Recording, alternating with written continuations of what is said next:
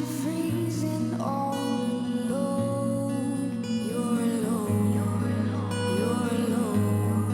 And I watch you fall down to your knees. Baby, please, no second chance to persuade me. Can't you see what I see? I have no love left to give, but then why am I still trying hard to fight the urge to let you in?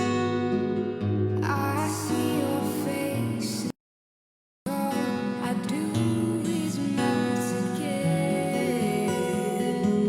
I don't wanna be your winter season lover, the girl that's back at home, unlike any other. But you leave and I see that your heart is cold, the one that you can use, the girl that won't admit I've been your winter season lover. And now I'm through with it, yeah, no more love this winter season.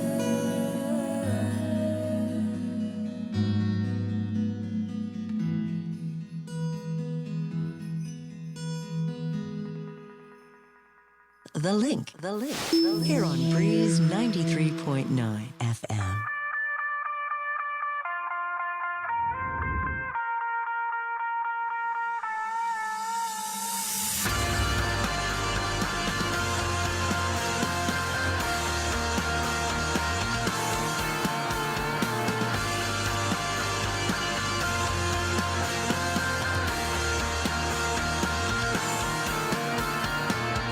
I know now where it all went wrong, and how I thought I could keep us by building up our walls.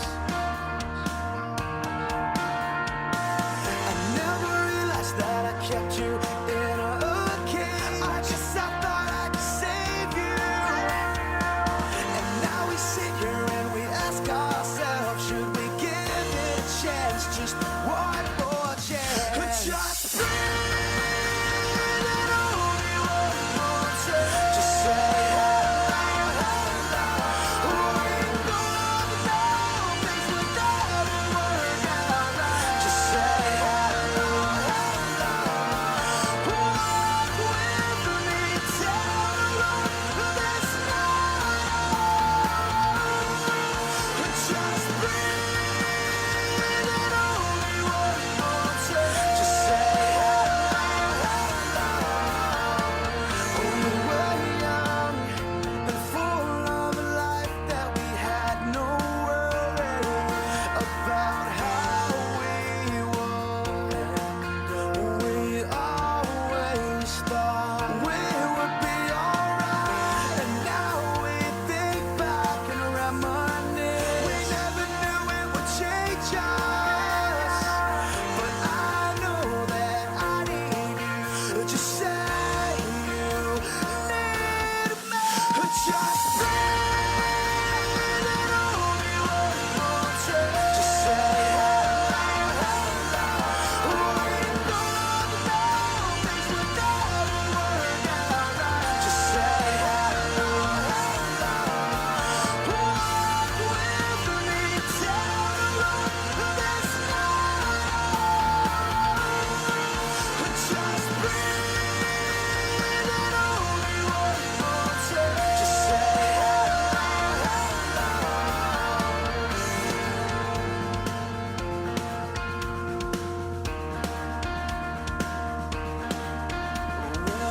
We'll keep the memories, we'll keep the memories, we'll keep the memories. It's not big.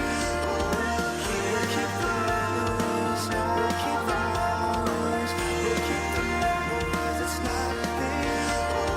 We'll keep the memories, we'll keep the memories, we'll keep the memories.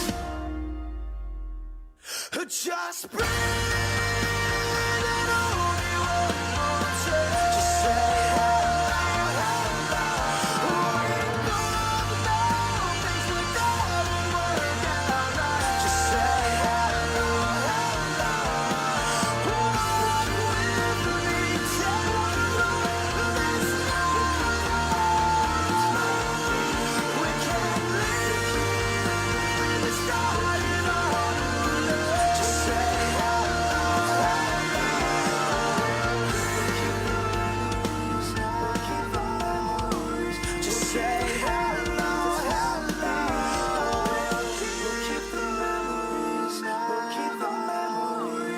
say hello, hello.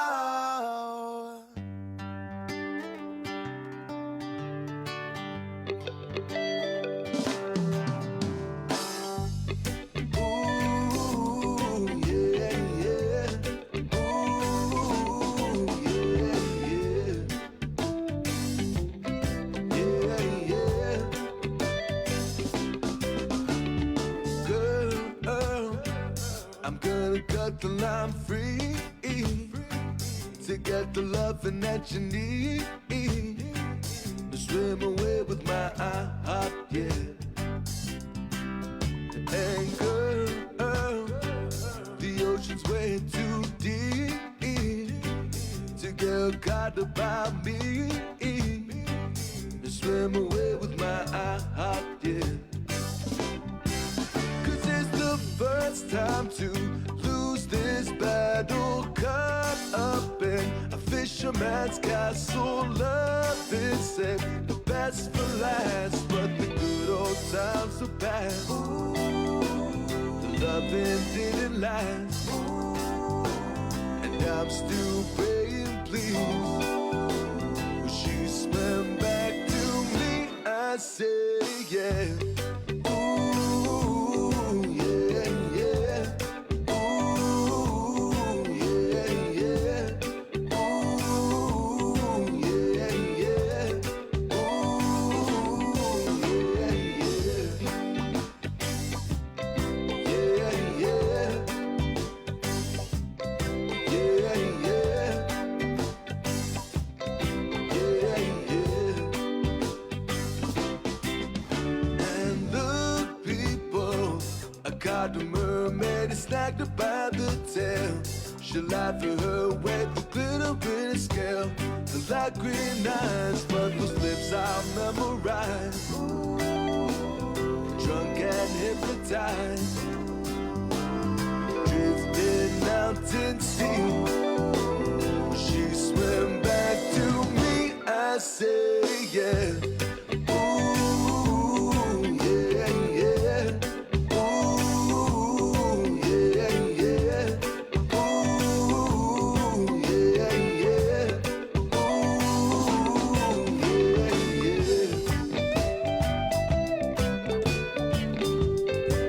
Oh, oh. Yeah, yeah.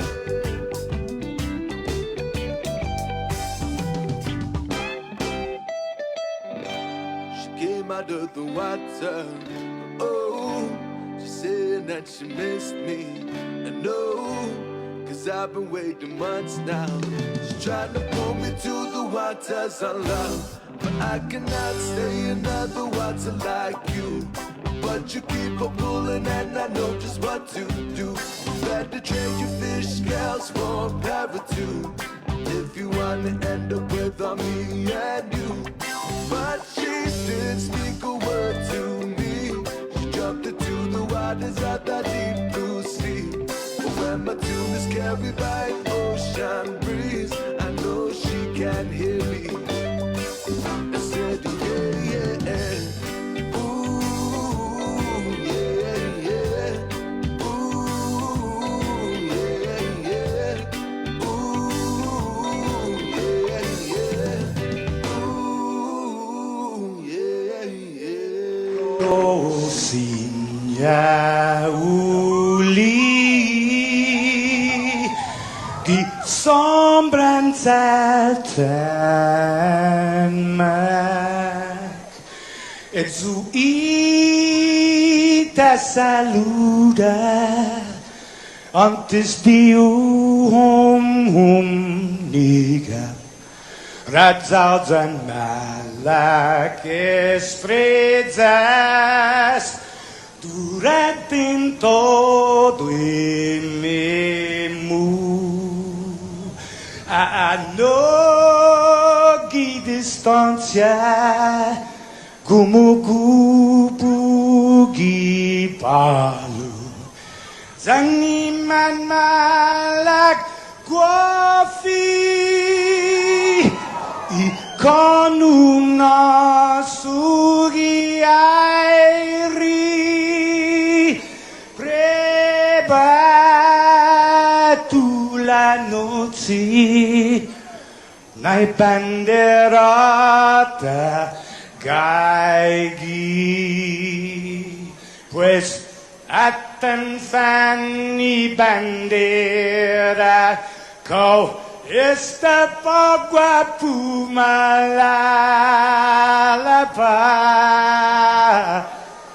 Giluk tanu man libri Sentami ti man ko badi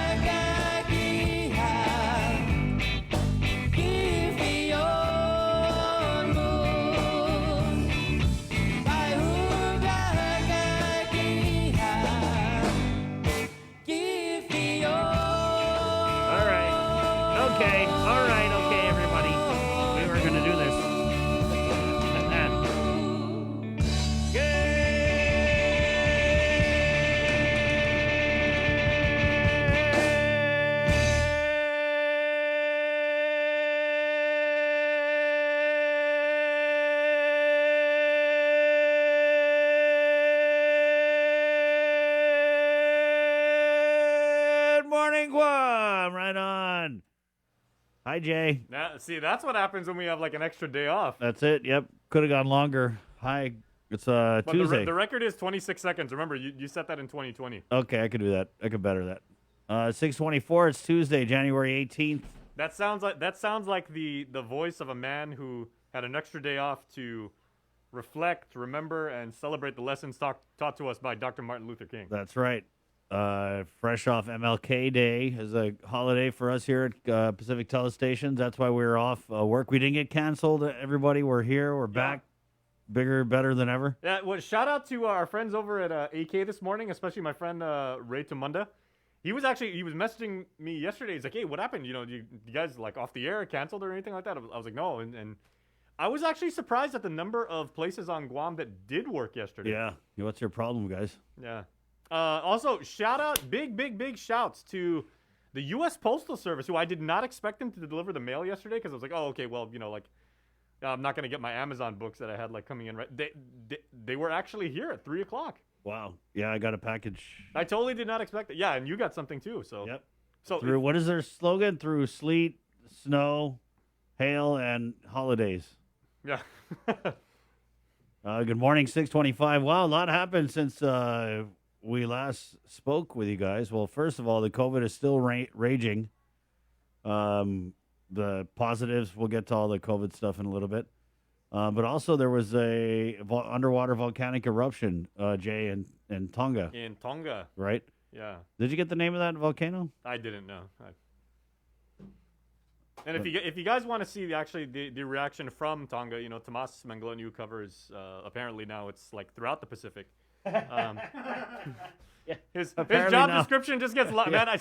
If it's in the Pacific Ocean, Tomas Manglonu is covering I it. hope Tomas has a good agent because you know his job description gets longer and longer every single week. But he actually shared like a video, and certainly no laughing matter to our brothers and sisters out in Tonga, which is in Polynesia, about you know the reaction there, the response, more importantly. And did you feel the earthquake yesterday? Was there a number on that?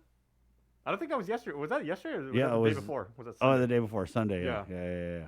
I was sitting at the table with one of my children. I forget which one it was. But we're eating. Dad of the year. One of them that runs around and makes noise.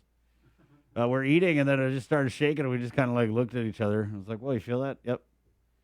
I don't know if it was a result of the volcano, which the video on that was just crazy. There's just all kinds of stuff. Really, I mean, if there's ever a time, thoughts and prayers now would be it. As Tomas was telling me last night that communications is down to Tonga, and they're expecting it to take at least a couple weeks for them to be able to just communicate, because there's like an undersea cable that's around that area that was damaged in the eruption. Yeah, so telecom infrastructure is going to be affected by that. And, you know, like a friend of ours here, a member of the Link family, Maggie Monroe Anderson, of course, multiple-time winner of our contest, I should say. She's won twice.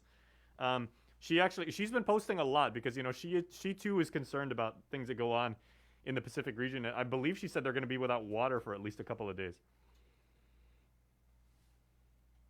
Yeah, the volcanic island of... Did you get how to say this? I did not. No. It says Hunga Tonga Hunga Apai. I'm sorry, it just reminded me of... I know. It reminded me of the old cartoons when they used to... It's probably, you can't say it now, you get canceled, but when they used to be like, Hunga Bunga Hunga, this, I had to like, what? Yeah, but it's the Hunga Tonga Hunga Apai volcanic island, which all but disappeared following the blast. And this is according to satellite images from around 12 hours later. Guys, we're getting Lennon Islet of the National Weather Service in, Jay, this morning. Of course, you know, the big thing is whenever there is any sort of like, you know, seismic activity, a volcanic eruption, earthquake, you know, what have you, you know, of course, the big thing for regions and territories and countries like outside of, you know, like the immediate danger zone is there going to be a tsunami warning? And apparently there was one on the West Coast. Yeah. There was a tsunami in Tonga. States were sharing this the stuff. Videos, you've seen the video, obviously. Yeah, so fortunately we did have that. So you know what? If we here do not have to take emergency steps and like get ready and everything, that's just more time when we can pray, when we can donate, when we can organize, and we can do stuff to help you know, our Pacific brothers and sisters, because you know they do it for us too. Yes. Like you said, everybody in the Pacific, we may have different last names. Some of us may be, you know, a little different than others and everything like that. But we're at the end of the day, man, we're all the same, and we all believe like the same thing. And if anybody in the Pacific is threatened or like needs help and everything like that, everybody else steps up. Wow, thank you, Jay. Thank you for that. Good morning, Facebook Live. I'm not running for public office, but Not at all. David Sapporo, good morning. Mary Jane Villagomez, good morning, everyone. Bree, Chris, Jason, the KUAM family. Anita, Maternity, Blas, Mikhail, Roadrunners in the house. Hey. Elizabeth Agagi, good morning. Mama Bear, Debbie Davis. Angel Pete Quintanilla Castro. I bet you Debbie's happy right now because the Cincinnati Bengals won their first playoff game in, 30-some years? It's been a minute. Yeah, so, Cincinnati / Kentucky and everything like that. I mean, speaking of, one big regional family. Right. Who else we got here? Good morning to Rosemary LaGuatnia. First one in this morning. Bev Test Jay Solis also. Josar was getting shout-outs. Good morning.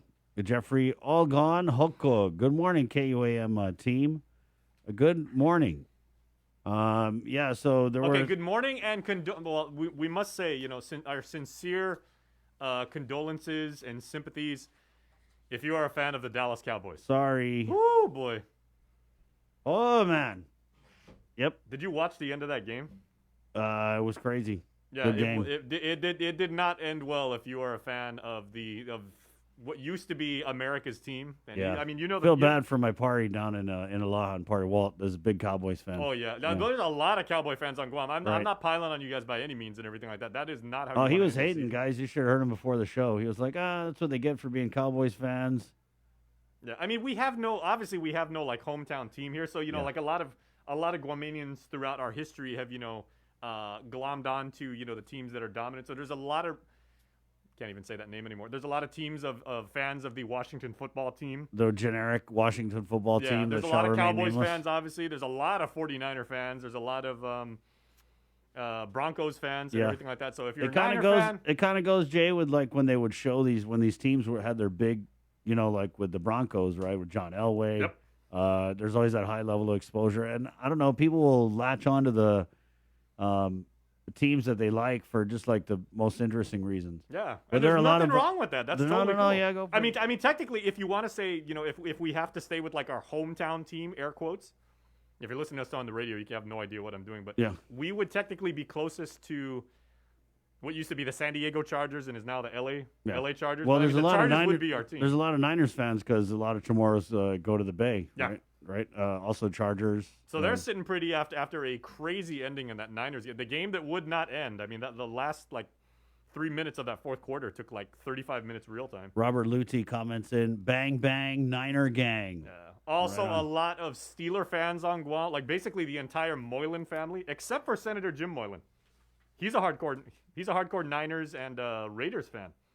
But I know, Troy Moylan, former Lieutenant Governor Kaleo Moylan, and everything like that, hardcore. They wave the terrible towel. So yeah, Steelers out, Cowboys out, Packers and Niners in. Niners in, yeah. Niners survive, yeah. Good morning, guys. So there was a bunch of stuff that happened over the weekend, including a whole lot of the COVID-19, as we did have some high case counts over the weekend. Still no word on any types of restrictions. Remember, Dr. Berg had said 500 cases, it's going to be okay. But yes. What we're seeing is the hospitalizations start to climb and the cases remaining steady in the triple digits.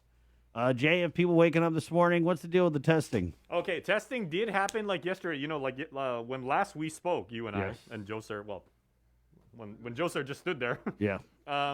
We were saying that we were actually kind of concerned because the numbers were going up, and we're like, okay, so the hours were modified and everything.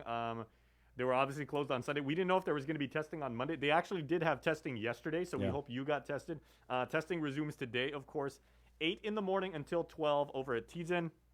And you can go to tinyurl.com/COVID stops with me. Remember, everybody, we've been saying this over and over and over because you really need to know. You need to make an appointment. So if you need to go, if Dedido is more convenient, make an appointment at Dedido. If in Alahan's more convenient, make an appointment in Alahan. If you just want to go to Tizen, get tested, you can do that too. So right. and at Tizen, it's 8 to 12. and 1 to 3, but you got to make an appointment. That is the rules now. Yeah, of course. Also, your private clinic, man. Over the weekend, I was just getting a lot of calls from people who were, didn't have time to wait in line or trying to get tested. As the virus, I mean, it's everywhere. I know so many people who are who have sick kids, right? Who wanted to take them to go get tested, or someone in the family's sick. So I think at this point, I don't know. Maybe you guys in the comments, do you guys all know somebody who's got the Rona? I know a lot of people. Yeah, I mean, no, people were hitting me up yesterday asking, can they get tested? Where do they go? And you would expect tonight's numbers from when the JIC comes in. Probably they're going to be in maybe about hopefully no later than 6 or 7. We can. And then I went. They're gonna be a little high because that will reflect not only the long holiday weekend but also the private clinics which don't submit their numbers. It's going to be high regardless, bro. Yeah. If you're looking at the case counts and the way this thing is going, it's just been crazy. And last night's numbers too. A lot of these cases were from the clinics. Yeah, well, not reclassified, but they were added on to previous days, I believe. So this is the 15th and 16th data. So yesterday I was a holiday for us yesterday, but I ended up coming up here in the morning. On my way back, I saw, man, there was a lot of cars at Tijan. Oh, really? Right. What a way to spend your holiday, right? Lining up. What time was this? This is around 10. Okay. I guess. Maybe. Yeah. So right at the halfway point for the maybe 10 or noon or something. Okay. I forget. Yeah, so we did get this graphic here, guys. It was kind of funny. We'll talk about this in a little bit. It's a flow chart. It's a flow chart. Doesn't really, I don't know about how well it flows. Computer scientists like me, it's like you love this stuff. Oh boy, I gotta clean out the totla from the bottom of my mask. Yeah, so this is isolation and quarantine policy from public health, which we'll kind of go into. I really wish that they would have someone come on and explain this, but we are working on that with the news team because it is just it reminds you. Do you guys remember that skit I did about the family tree? I was just all scribbles because it's so related to each other. That's what this kind of reminds me of. Yeah, and we'll talk about it coming up here. Jay, what about the jabs? If anyone wants to get the vax or the booster. Okay, so that one, it's tinyurl.com/VAXGuam. Remember, if you want to get tested, it's tinyurl.com/COVID stops with me. If you need to get first shot, second shot, booster, absolutely essential, absolutely cool. Credit to you for doing this. Credit to them, as Dak Prescott said yesterday after the Cowboys lost. Sorry, I'm not rubbing that in at all. But if you want to get the vaccine, tinyurl.com/VAXGuam. You can make an appointment to be seen at the UOG field house. Also today, because today is the 18th, Price Elementary School, also in Manila, at 3 to 6 p.m. They're going to have COVID vaccines for the after-school program for the little ones. So that's going to be today. Any Guamanian 5 years old and up can get the vaccine, whichever one you would want. If you have a choice, if you want to get the Johnson & Johnson, if you want to get the Moderna, if you want to get the Pfizer, that's going to be 3 to 6 p.m. at Price Elementary, right there after the four-way stop when you head into the land of many, many schools. Right on. 6:37, Tuesday, January 18th. We are brought to you by Pacific Points, Cabo Enterprises, IT&E, and Jack in the Box. Mayor Jesse Alex coming up with his weekly Mayor's Council update. We'll also get Work Week Weather brought to you by Docomo Pacific with the National Weather Service. Senator Jim Moylan, there's a public hearing this morning. Tomas Maglotnia reporting on a bunch of regional stuff. All on the way here at 6:38. And by the way, if you're wondering, there's nothing wrong with your speakers. There's nothing wrong with my microphone and everything. I'm wearing the N95. Yeah. I went out and bought some because I wanted to see, what all the hype's about. And now, was it the CDC or was it? There's a new mask guidance, yeah. Yeah, so guidance, not mandate, right? They're saying if you use the N95 mask, that provides a higher level of protection. Yeah, it does. And they said something like the cloth, I'm paraphrasing them here, but the cloth masks don't provide as much protection as the N95 one. This is the one that actually seals off, which you can probably tell my voice isn't as coming through as clear as Chris's is, right? You're making me feel inadequate over here, Jay. No. But I'm wondering, is cloth like the surgical one you're wearing in addition to like the ones that Liz Agagi designs? Well, the one they're recommending that people use is the N95, which is and it's so my boy worked for public health for a few minutes, and with the N95 you're supposed to get fitted for it, and then they spray the solution on to make sure that nothing's getting through. So. I mean, yeah, so it really makes a tight seal. Well, you have to get, so I don't know. Is that what you're wearing? Yeah, well, then the thing is, these are admittedly, these are a little bit more expensive. Yeah. But I mean, it is very, very tight. The straps also, there's a lot more dynamic tension between the back of my ears. Okay, you've got one right now in your hand. I do. I don't know if this is the N95 or which model this is, but I think that's legit. You've got the 3M one. I mean, this is 3M. 3M doesn't make lousy stuff. Before the pandemic, this is what you used to paint. Yeah. Remember those old infomercials? This is saving your life right now. Yeah. I'm sorry. Yes, ladies and gentlemen, the future belongs to 3M. Right. Okay, and so I don't know if this that's is also the got the metallic. It does, yeah. It's an N something. I don't know, but I think the N95. It's a little snug on me. I need like an N99, like 2 sizes up. You know what I mean? Give me like an N98. I got a thick face. That's all. Leave it to you to basically say, like, can they make like a thong version of the mask, and you want to like wear? Yeah. There's no T-back for the mask. All right, Jay. Okay. 6:40. Let's go ahead and get into our first look at news here from the KUAM news team with the very latest. In for Sabrina Salas-Metanani, brought to you by Pacific Points. It is our first look at news. Jason Salas, good morning, my friend. All right, good morning, bro, and good morning, Guam out there. Hope you and your family are staying safe on this Tuesday, Monday, of course, for you guys in the mainland. There are 25 people hospitalized for COVID-19. 14 of them are at the Guam Memorial Hospital in Tamuning, and up here in Dedido, 11 are at the Guam Regional Medical City. There are currently 3 of your fellow Guamanians that are in the ICU, 2 of them on a ventilator, both of those individuals at GMH. Of those hospitalized, 20 of the 25 are vaccinated, 5 are unvaccinated. As per the JIC report last night, 263 new cases of COVID-19 have been confirmed from test samples analyzed from public health and private clinics from the 15th and 16th. So that did include the private clinics. I stand corrected. To date, there have been a total of 23,581 officially reported cases, and nearly 3,900 people are currently actively isolated due to having contracted the virus. All right, let's get into your news stories right now that our news team brought to you. And of course, this is brought to you by our friends at Pacific Points, where at Pacific Points you can do more and get more. And as always, we wholeheartedly thank our friends at Pacific Points for bringing you the very latest news updates. Make sure to check out KUM.com or any of our social media profiles at KUM News. Shout out again to our friends at Pacific Points. And we get started with Tyler Metanani as a story about a food shortage. And that's not just an issue we're seeing here on Guam, but it's happening everywhere.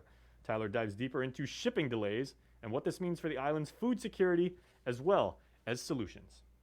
Guma San Jose provides 24-hour emergency shelter, a walk-in food pantry, and laundry and shower services.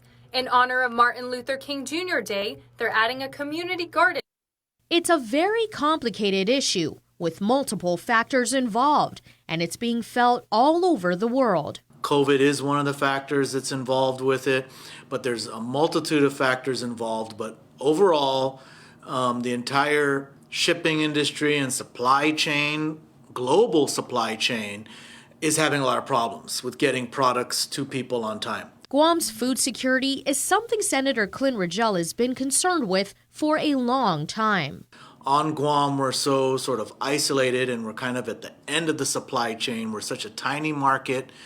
We're sort of like the last people they think of. And it's one thing to deal with supply chain issues for other products, but it's a whole other thing when it's food. Of course, we can live without certain products for a while, right? Maybe your favorite deodorant doesn't come in for a while. You can live without it, right? Maybe you switch to another deodorant. But you can't live without food. So just how secure is the island's food system? Well, not really secure at all. At least 90% of the foods we eat are imported. That shows how vulnerable we are in the case of food shortages, in the case of supply chain and delivery issues, like some of the issues we're experiencing now with certain products in stores. Now imagine if this expanded to more products. We're just so much more vulnerable because we're importing just about all of our food. Which is why he's been such a huge proponent in developing a robust agricultural industry here at home. For Rigel, this means not only would the island be more self-sufficient from a security standpoint, but it would also boost the economy because we would no longer be as dependent on imports. And that means a number of things. It means we keep more money on island circulating in our economy. It also means that we create new jobs for people who are going to be growing and producing the food. And that's both produce and meat. Rigel has introduced a bill to help develop a slaughterhouse. We're importing all of our meat right now, 100% of it, because there is no slaughterhouse, so there's no ability to market and sell local meat products. It would also make for a healthier, fresher island. All foods that are brought in are shipped overseas for at least 2 weeks. Now, that's not counting all the other time it takes from harvesting to trucking to the distribution centers and then finally getting onto a ship before it makes its way out here. So you're getting food that's been sitting in a freezer for weeks. It actually loses nutritional value the longer that food sits. In the meantime, Rigel encourages everyone to buy everything locally and to start learning how to grow our own crops. With new advanced technologies such as vertical farming, food security would no longer be a fear here on Guam. We'd even be able to grow food that we wouldn't even think could be grown due to the island's climate. For example, food that we think requires a colder climate. Well, if we grew that indoors, we can, of course, control the climate, and then we can lower the temperature indoors. Now, there'll be costs with power, and that's another reason why I'm a big proponent of renewable energy, so we can reduce those power costs, because renewable energy is already cheaper than fossil fuel energy. Reporting for Guam's News Network, I'm Tyler Matinani. And our Jonah Gacharfer sat down with the chief of police as a new DNA forensic lab is nearing completion. The Guam Department of Education has reported 104. What we're able to do is to go back to our old unsolved homicide cases and see if there's any evidence, forensic evidence, that has any DNA in it.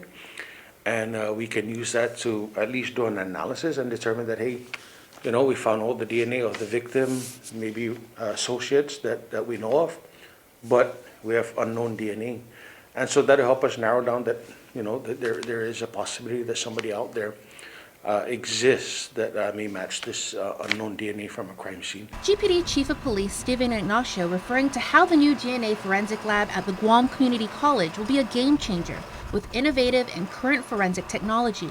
Although he wasn't part of the planning phase for the lab, Ignacio knows the idea came about back in 2009 when there was a forensic science symposium with then Chief Frank Ijizaki. The idea came up about,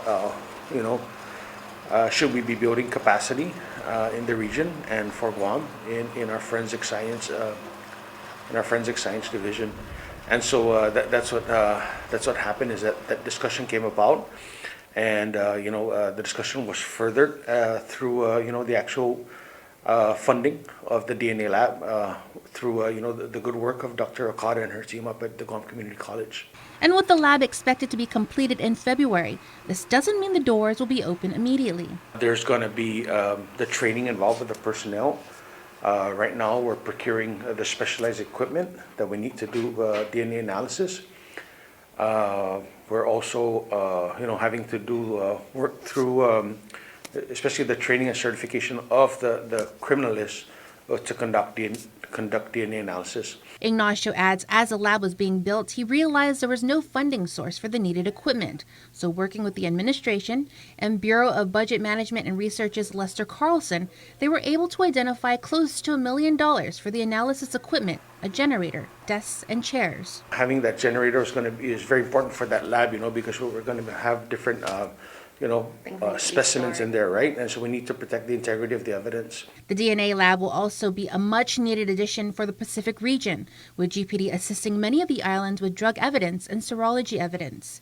He says that GPD and the law enforcement community are excited. Can't wait to see this fully functioning DNA lab. And I think, like I said, this is game-changing. And, it's going to bring bring us into the 21st century as far as our capacity and our capabilities, to use the latest in forensic science to help solve crimes. Reporting for Guam's News Network, I'm Jonah Gacharfer. The Guam Department of Education and other news this morning has reported 143 COVID cases among students and employees since the 3rd of this month. About 108 students and 35 staffers who were reported to school campuses in the last 2 weeks have tested positive for COVID, according to GDOE. Here's more on what decision makers are considering. The Guam Department of Education has reported 143 COVID-19 cases among students and employees since January 3rd. About 108 students and 35 staff who have reported to school campuses in the last 2 weeks have tested positive for COVID, according to GDOE. The latest GDOE weekly COVID-19 dashboard shows that 94% of employees, 96.5% of students 12 years of age and older, and 20.2% of students 5 to 11 years of age are reported fully vaccinated against the deadly virus. Although the 7-day positivity rate in the dashboard changed from low to high in just a week, GDOE Superintendent John Fernandez told media outlets during a recent press briefing that operations remain status quo. Right now, we're coordinating very closely with the governor's office, the lieutenant governor, and public health with regard to our current posture, which is to remain and maintain 5 days of face-to-face instruction for students. We have not moved in the direction of cohorts or shutting down as of today. We are maintaining 5 days of instruction.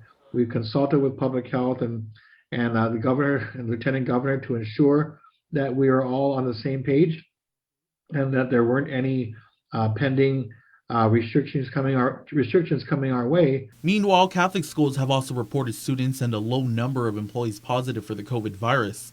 The Archdiocese of Agana reported last Friday that 46 students and 2 employees have contracted the virus, totaling 48 since January 3rd. However, it's still unclear whether Catholic schools will continue to operate normally. The Archdiocese of Agana noted that a positive case of a Catholic school student or employee does not mean the individual contracted the virus at school grounds.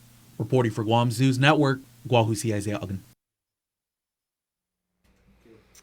All right, a story now from our own Tomas Manglonia, which has generated a lot of positive feedback, and you'll see why for obvious reasons, as 16-year-old Lawrence Limtiaco is taking his dreams to the next level. He's already completed 2 cross-country flights solo, and Tomas sat down with the teenage pilot before takeoff, giving new meaning to the old saying, the sky's the limit. Lawrence Limtiaco dreamt of flying since he was 12 years old. My grandfather was a pilot when he was younger. He kind of inspired me to do it, and when I was just a little kid, I used to go and watch the planes at the airport land. He's 16 now and doesn't have to just watch planes take flight anymore. He can fly one himself.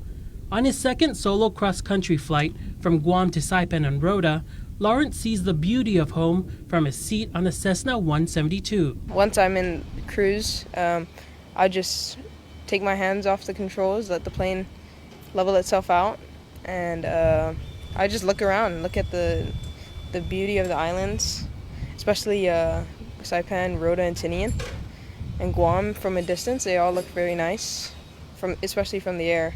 You can see all the beaches and the houses. It's really nice up there. As he's flying over the vast blue Pacific Ocean alone, he's hard at work, prepared for every scenario after hours of studying and practice. He has to be able to fly by himself. On his first solo, he has to be able to land safely, so we did that. Then just locally fly to the south side, able to communicate with air traffic control and come back. And then the lastly is me and him will fly 3 cross countries, and by the last one, he could do everything on his own. He's a year away from getting his private pilot's license, and his instructor has witnessed firsthand his courage in the air. He doesn't get scared, so he knows if he does it this way, it's okay. Even if he did something wrong, he won't get sad about it or scared about it. He'll learn from it. So that is really the challenging part, especially when you're flying at such a young age. People think there's so many things could go wrong, but he takes that and learns from it. His parents proudly and nervously watching him take off each time. We are a family that come from kind of extreme sports with the motocross racing, and he does jump his bike, and it's kind of like flying because he is in the air. But of course, he's never 7,500 feet in the air. And when he isn't soaring up there, he's at home practicing on a flight simulator. They've seen him grow as a student at Father Duenas, where he takes part in NJROTC.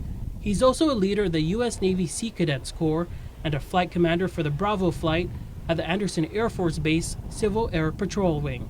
He flew the airplane before he even got his permit, driving his car, driving a car. So Yeah. That was a big deal, right? Because he got to fly solo before he even got his permit. his license. And his sights are set on attending the U.S. Naval Academy. I really like being in the air, really like going fast. So I think being a fighter pilot, you get the best of both worlds. You get to go in the air and go really fast. On his second solo flight, for the first time, he landed on Saipan to meet Tsunami Governor Ralph Torres, who congratulated him on his journey. The governor describing Lawrence's talent as remarkable. His parents one day hope to be in the passenger seat next to their son at the wheel, and his father wants to learn how to fly from his son. For now, they're putting their faith in God and a familiar presence. Thank God for keeping him safe, and of course my father looking down at him, possibly the co-pilot. So, you know, emotional time to watch him fly and accomplish what he's said he's wanting to do. Tomas Manglotnia for KOAM News. Also this morning, homelessness on our island, as you well know, is a continuing issue as over 800 people have been homeless on Guam. And to combat this problem, our friends at Guma San Jose held a special event yesterday to commemorate Martin Luther King Day. Guma San Jose provides 24-hour emergency shelter, a walk-in food pantry, and laundry and shower services. In honor of Martin Luther King Jr. Day, they're adding a community garden to the list. Program manager for the shelter, Terry Mortera. The community garden is something that allows us to be able to teach our folks that are here some life skills like sustainability, specifically being able to get them to feed themselves too as well. So that they walk away with some of the skills. At the same time, they get to enjoy some of the fruits of their labor. With 5 garden beds full of sweet potato, okra, eggplant, and long bean plants being installed today, their hope is that it will continue to benefit people during uncertain times. Our hope for the garden that this is going to continue on and other people be able to learn from it. The kids will become familiar with this thing, and they also will be able to benefit from learning this as well. So that's really what it is, and also to feed ourselves. Never can tell we have an uncertain future. Well, I'm going to make sure everybody still can eat. The Guma San Jose shelter has 2 locations, providing up to 22 beds for families at the main shelter and 6 beds at their men's shelter. For individuals needing help or housing, call 671-637-1307 to learn eligibility requirements. And now let's get your news in Chamorro with Uncle King Conception. Buenos updates to get some to be sa morgan ni KUAM News. Presenta ni Familian Mito gi First Hawaiian Bank. The Centers for Disease Control and Prevention sama na mas seryoso inas gayon niya para nina 7 mask para ipubliko. Marekomenda di N95 sa ni KN95 na mask siya sa mas medko na pernitehi kontra COVID-19. Mapasalista ni CDC in mas maulik siya na mask sa N95 sa ni KN95 sa 2 mas 3 kilo gi ilista. Segundo sa surgical mask luma abiso ni CDC na debidyo man at siguro na sen exacto zan sen propio na minedong para inisa. Imagago na mask ay zapapapagi lista sa te efektibo. Ginisgay ni CDC masangad mas na marekomenda ay mas maulik na mask para prinitehi no sen madzatan hagu zon narset bito di tempo.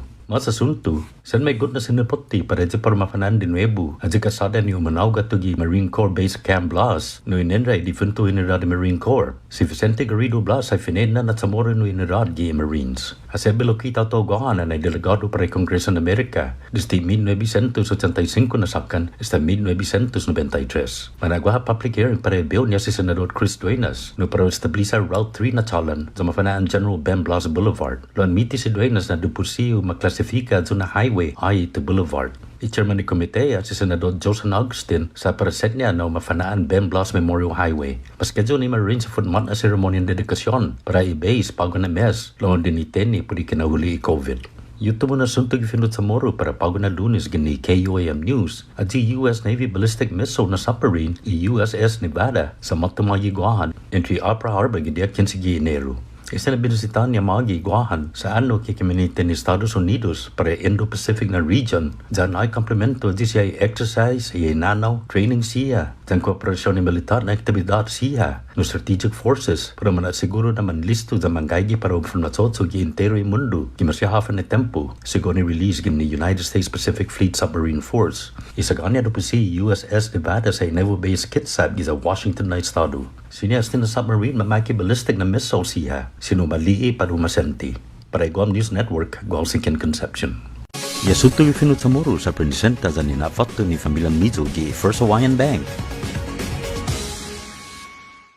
Say hello to the First Hawaiian Bank mobile app. Got a question about your finances? You've come to the right place. Bring all your accounts together, even those that aren't with us, and see the big picture, right down to the smallest detail. Unlock powerful tools like Insights and Money Map that help you save time and take control of your finances. When you connect accounts with the First Hawaiian Bank mobile app, it all starts with yes. The Culture Club returns to KUM Digital and KUM News Weekend Edition, highlighting Guam's young artists, activists, and crafters as they work to protect, preserve, and promote our Tsumoto culture. Watch this weekly feature on the digital platforms of KUM News Weekend Edition, brought to you by Hanum, the freshest bottled water made in Guam. KUAM's multi-platform morning show, The Link, just got a little more delicious with Feed Me Fridays. Chris, Sabrina, Jason, and the rest of the morning crew will take some time off each Friday to talk, taste, and tempt you with all the latest and greatest food and drinks on Guam. Old faves, new hits, and everything else we can put in our bellies. It's Feed Me Fridays on The Link, brought to you by King's Restaurants, Ruby Tuesday Guam, and Devondale. Pacific Matters is a half-hour news, culture, and lifestyle show focused on issues that impact Guam, the Northern Mariana Islands, and the larger Pacific region. Join Tomas Maglonia every Monday to discuss politics, trends, and take a deep dive into the issues changing our island home, because what happens in the Pacific matters.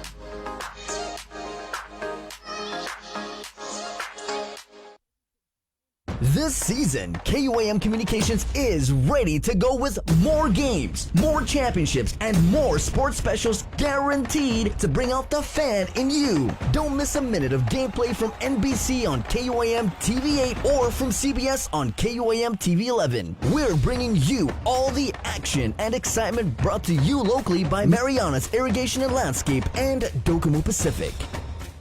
We know you're tired of hearing about COVID-19. Some of you are probably wondering whether this is ever going to end. However long it takes, we all have to do our part, including our children, to hold the line. You can protect yourself and your family by getting vaccinated. And if you're already vaccinated, don't let your guard down because you can still give and get COVID-19. And if you're not vaccinated, remember that if you catch the virus, you could suffer more severe complications. At the end of the day, it's the choices we make to protect ourselves, our families, and our community that will control the spread. We know it sounds repetitive at this point, but again, wash your hands, watch your distance, and wear your mask. Together, we have to hold the line. Listen, watch, and learn from the daily Tomorrow News updates from KUAM News. Catch them on The Link during the 8 o'clock hour, streaming online on Isla Radio, or on the KUAM News YouTube channel for your convenience. Tune in and stay informed, all while preserving our precious culture through the daily use of our native Chamorro language. Tomorrow News updates are brought to you by your familia at First Hawaiian Bank.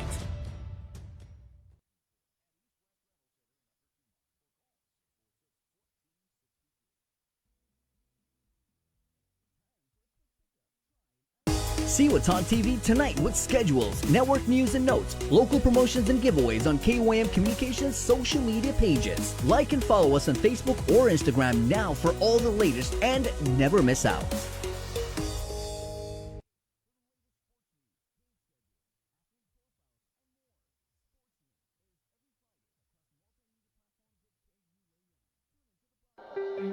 Join KUAM every Wednesday on primetime for Inside Business. It's our new weekly segment featuring the struggle of Guam's businesses during this global pandemic. We'll hear from industry leaders about the difficult decisions they were forced to make to implement cutoffs, layoffs, and shorten hours just to survive. It's the other side effect of COVID, the island's economic crisis. We'll also feature new businesses that managed to open and thrive during these challenging times.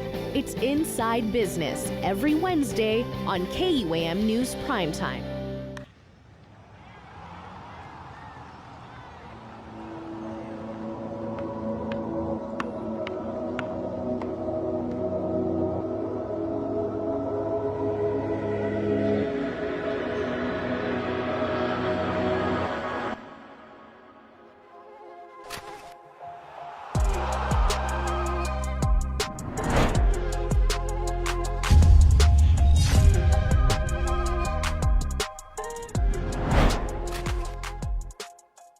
I didn't get screened because I was just afraid of it. I procrastinated. I didn't have any symptoms. I didn't have insurance. I didn't want to know. There were several services that was available to me. I got a mammogram. Colonoscopy. I know in my heart that early detection saved my life. And I just tell people all the time, please go get screened.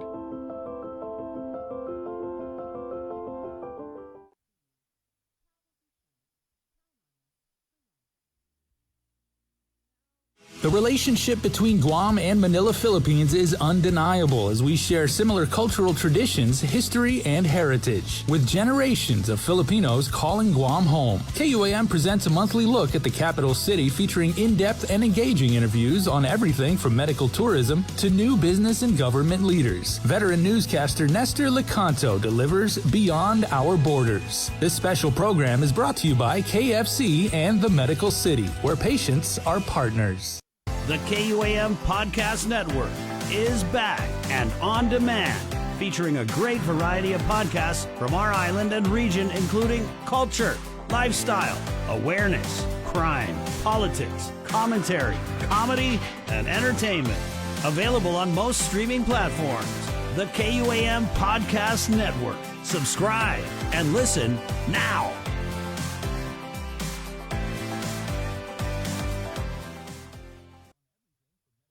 The Culture Club returns to KUM Digital and KUM News Weekend Edition, highlighting Guam's young artists, activists, and crafters as they work to protect, preserve, and promote our Tsumoto culture. Watch this weekly feature on the digital platforms of KUM News Weekend Edition, brought to you by Hanum, the freshest bottled water made in Guam.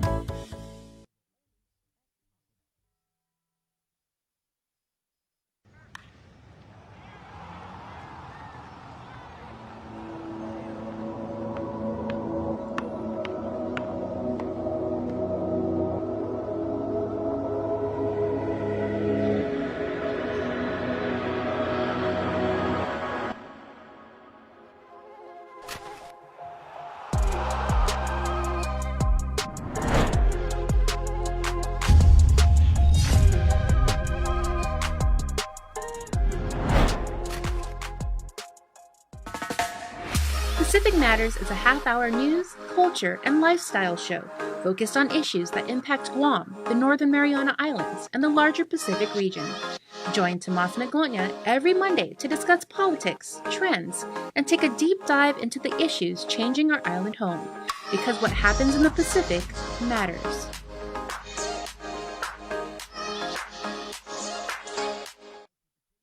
Uno Mixed. We're mixing it up on the last Thursday of every month with a look at lifestyle, entertainment, food, and so much more on the stations, networks, and digital platforms of KUAM Communications. Uno Mixed is presented to you by Docomo Pacific, Better Together, and Pepsi. That's what I like. KUAM's multi-platform morning show, The Link, just got a little more delicious with Feed Me Fridays. Chris, Sabrina, Jason, and the rest of the morning crew will take some time off each Friday to talk, taste, and tempt you with all the latest and greatest food and drinks on Guam. Old faves, new hits, and everything else we can put in our bellies. It's Feed Me Fridays on The Link, brought to you by King's Restaurant, Ruby Tuesday Guam, and Devondale. Real milk from free grazing cows.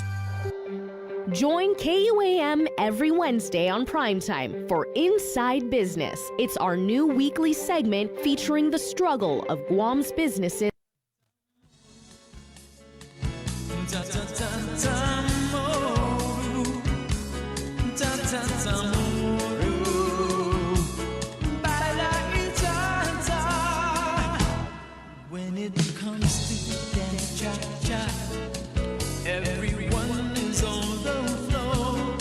Jesse Bias. Yep. Happy belated birthday, Jesse Bias. Is his birthday when, Jay? It was yesterday. Okay.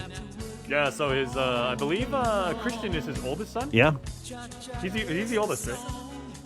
I know he's his son. Yeah. I'm kind of unfamiliar with the order of which the, Yeah, and so if you grew up in the 70s, 80s, 90s, I mean, I think that's a testament to Jesse's like staying power. He was always there, and you could actually play. Always had great hair too. Yeah, a good mustache also for a number of years. Yeah, it was like up there with Tom Selleck. Yeah, you could jam a Jesse Bias track today like we are right now, and it's as Let it popular as it ever was. Yeah, check it out.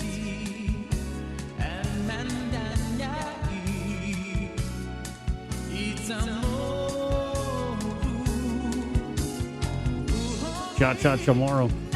That's the best kind of cha-cha to me. It's 7:10. Yes, happy belated birthday, Jesse Bias. And Jesse goes all the way back to Stylistics, was it? Or Classics? Oh, I should know this. Casuals? Casual, thank you, yeah. Right on. Stylistics is 70s, Jay? Yes. But of course, Jesse and Ruby, basically Guam music royalty. Yes. Yeah. Totally. And they still gig today. I Yeah. I remember my sister's wedding. We were actually checking out of the hotel like the next day. Yeah. So I was, like taking my parents down and everything like that. 11 in the morning, we finished brunch and everything like that. My sister's, the blushing bride's coming down with like her new husband, Marcus Dietrich. Shout out to my brother-in-law. And so I'm helping my parents down in like the outrigger, right? They got that long escalator and everything like that. So I'm helping them down. And who comes down carrying his own gear with the monitor, the gig bag, a bunch of stuff. And Jesse still stops. He puts down all his stuff and talks to us. Yeah, yeah. Very accessible guy. Yeah. Cool guy. Unbelievably good. Incredible ambassador for our island. 7-Eleven. We did have a bunch of comments here. The Joint Information Center. I had to kind of like read that twice, Jay.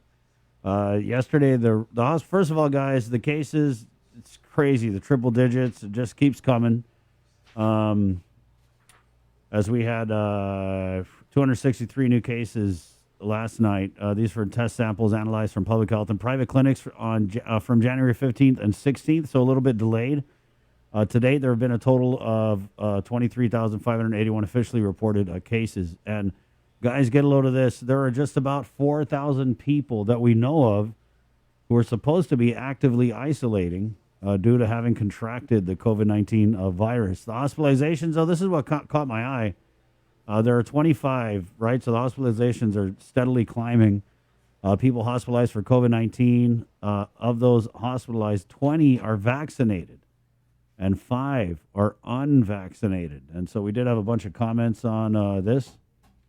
As the conversation continues to happen. I mean, when people see this kind of thing, though, Jay, they kind of wonder, like, why should I get vaccinated if they're in the hospital?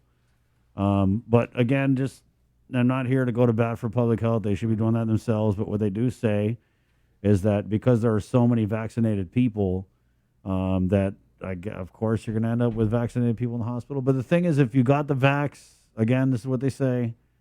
More than 6 months ago, the effectiveness of it is basically there's Todd's effectiveness. Yeah, you have to go get the booster. And okay? if you do have the one of the vaccines and you're still in that optimal effectiveness period and you happen to contract the virus and everything like that, it should be less severe. Like it should be like should being the operative it should word. be. I mean, but anybody would look at. I mean, any reasonable person could look at this, especially if you don't have an adjoining explainer, right? This is where public health should come in. Anybody could look at that and see 20. I mean, it's not even close. It's 20 vaccinated, 5 unvaccinated. I mean, you can't just have like a simple, water cooler argument about, this thing, because every time you have it's point counterpoint, counterpoint. Yeah. I don't know. I saw that and I went and I got my N3000. It's a fantastic topic to structure a talk show around. Oh, we should do that sometime. Yeah. Well, I don't know. I think we're pretty divided already with the vaccination and the unvaccination. But really, I mean, when you look at numbers like that with the hospitalizations, I don't know. I would just say that these mandates where the unvaccinated can't do anything, they seem even more ridiculous because they're the minority of people in the hospital. Anyway, 7:13, Tuesday, January 18th. Let's head into the KUAM News Link Zoom room where we have the Guam Public Library System Director, Chris Zarengan, standing by. I think he's standing by. Okay. Hi, Chris. Good morning. Good morning. Good morning. So I know you guys have, what is it, a big ribbon cutting this morning, Chris? It is not a ribbon cutting, Chris. It's the first day of reopening the library, Dedido Library, for 5 days, Monday through Friday. And it's going to start at 9:30. The governor and the lieutenant governor is going to swing by and see the staff and so forth. It is not a ribbon cutting ceremony. It's a kind of rededication of the library services to the people of Dedido. Chris, I'm pretty sure that there's been some changes since the library in Dedido was last open. You want to tell us about some of the big changes for the Guam Public Library Dedido branch? Well, the Dedido branch was being used during the pandemic time, but another agency, and during that time we were not able to open the library. This is prior to my coming to the GPLS, and when they left, we opened for 2 days. And then mayor of Dedido, she said that library services are very important, and there are people in that area that they don't have the internet and they would like to use the library. So we both decided to open the library for 5 days. So Monday through Friday, starting today, we will be providing the library services for the people of Dedido. And that is the beginning, and we are planning to do many other things. But the first thing that we need to open the library for the people. Right. And it's Dedido is being the largest village, and they do need library services for all the people in that area. We did have a comment right off the bat, Chris. Joylene comments in, is there free accessible internet at the Dedido Library? Yes, we do. All working. We have about 6 computers with internet connections and Wi-Fi connection and so forth. Chris, are there any limitations as to what types of websites can be accessed at the Guam Public Library?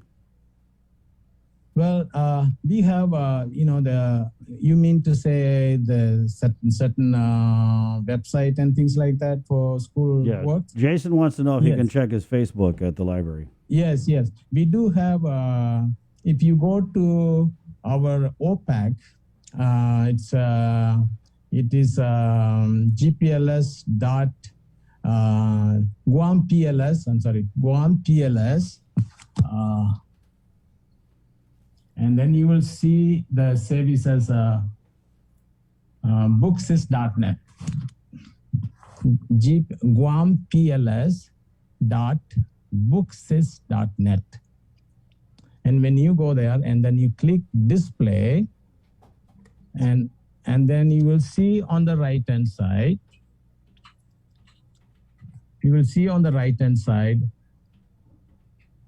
okay, you will see on the right hand side all the other services that we provide. Guampedia, Learning Chamorro, EBSCO, Gutenberg I'm ebooks. sorry, my friend, was it gpls.booksys.net? No, Guam PLS, GUAM PLS dot booksys.net.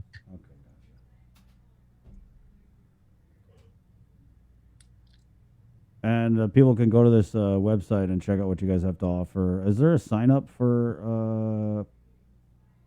Well, if they want to borrow books, and they can, they can log on. If you look at on the top account, they can reserve the book, and they can search the book, and so forth. Now, on the left hand side, you see search. If you click the topic, any topic. And what it does,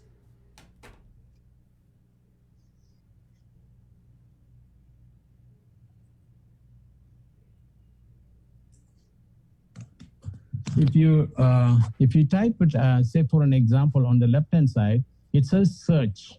Okay. Now it's bring the books, whatever we have here. I typed it as skin disease, and you see the books that we have in our library.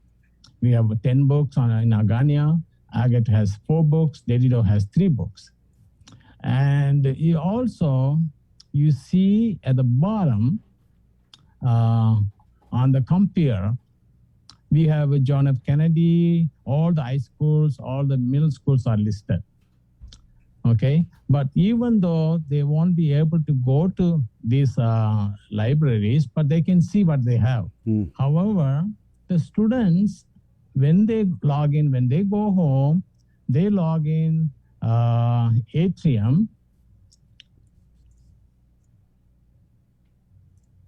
ATRIUUM.GDOE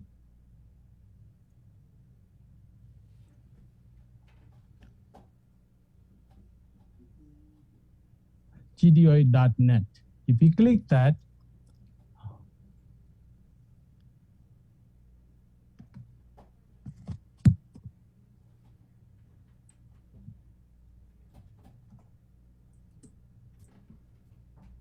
and you will see all the GDOE libraries. Okay, are you with me, Chris? I'm with you, Chris. I'm just serving. Yeah. So how? This seems like okay. What did you have to do? Like Okay. scan every book to enter it into this database? No, they don't. What they do, the students when they go home, most of the students go home at 2:00, and they are doing a project, and they go to their OPAC. OPAC means Online Public Access Catalog. All over the world, that's what they use now, OPAC. So when they go home and they go to their own library, for an example, in this case, let's go to John F. Kennedy High School. And then you click display, and then you type the same topic, skin disease. Search up some Jaff.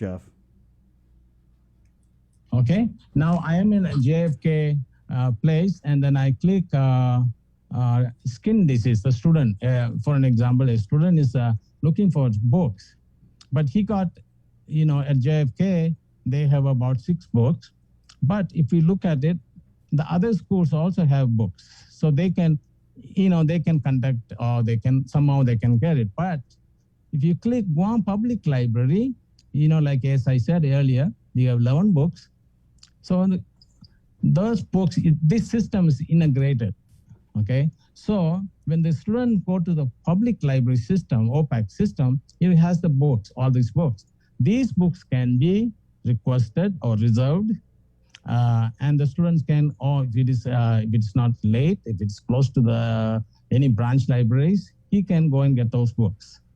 You see these books? So after 11, 2:00, 2:30, if he's a member of our public library, if he has a card, he should be able to reserve that book. Chris, how do people sign up to get an account with the Guam Public Library System? They can call, they can send an email. There is, if you look at it, like I said, you see the public library. If you go to the OPAC, you see there's a library card. They can register there. On the OPAC, right? My picture below, right on my OPAC, Guam Public Library System, there's a library card. All right, and then once you sign up for that library card, you can do that completely online, Chris? Yes, we can do that. We can contact them, and we should be able to do that. Right on. What if people have late fees? I'm sorry? Do you guys still charge late fees? I don't know. I'm old school. Yes. We do. We charge 25 cents per day. That's 25 cents if the book is late, 25 cents. But the library patrons can borrow 6 books at a time. And if the parents, mostly the parents come with the kids, and the kids also have a library card, and they are allowed to have 6 books. But Chris, how excited are you though to launch this? Because I'm very excited. We have some challenges, Chris. Remember during the time of the internet time, last 16, 17 years, and the library was out in the dark because there was no professional librarians. and they didn't have any training. So the library was kind of, it was doing the services, but not, the changes. There was nobody who could take the leadership and change the system. One example I'll tell you, there was a system they had before I came, and this system there was a module, search module, just like we did with this system. They were not able to search anything. When I was at JFK, people used to call me, and ask me, I'm trying to get this book, and the system says no. So I called Terry, who was the supervisor at the Guam Public Library. So I asked her. So they had challenges. They were our library technicians were not trained, didn't go through any major training, and they are located in New Zealand. So there was communication issues, and when I came, one of the first things that I did was we put a bid, and that company also allowed to put a bid for the price quotation, and then our GSA decided to choose this system because the price was good, the service was good, and GDOE already was subscribing for this particular database system. So it worked very well. So we will be paying only $5,000 a year compared to $20,000 or $39,000 per year with the other system. Yeah. So one of the major things that I did was change the system, and we got a lot of training, and I am also giving training. And it's technology is sometimes intimidate people, and these folks did everything manually. And I'm trying to change to the new system and training. And the library technicians are amazing, and they love me and they like me. And whatever the training I give, we have a good feedback and so forth. So I do not see anything. Yes, it is slow process. It is going to go one by one. So we did the first thing, we changed the system. The second thing, we did we needed to change the entire collection. Yeah. The collection was very old. Can you believe? Oh yeah, Chris. Let's get into this though, because we did have a bunch of pictures. Can you pop those pictures? And man, I get the modernization because I actually spent a lot of my childhood at the library, whether on Guam or wherever I was living. And so I feel like a lot of our generation, Jason could probably confirm, we are very familiar with the Dewey Decimal System. Is that still in place? Yes, it is. It is. This system is based on Dewey Decimal System. Okay. And so I know you said that you had a lot of old books, and that's where these pics come in. We're able to get Chris. So let me get this straight. You're discarding a bunch of the library inventory. Can you describe the process in this? Well, we had a guidelines as to how we can choose these books. One is the book is old, mildew, which is not suitable to keep that on the shelf, number one. Number two, we look at the book, and if the book was not checked out last 15, 20 years, we remove those books. And the number three, the books are out of the science books, computer books, and we had quite a few test study guides like ASVAB, GED, and so forth. These are like 15, 20 years old. So we didn't want to keep those shelves. So we wanted to remove those things based on some of the subjects, and that is what we got those books. So these books are just going to get thrown in the trash? Yeah, what do we do with those study guide, Chris? 13 years old ASVAB, who would want to read that and prepare for the test? These are very old.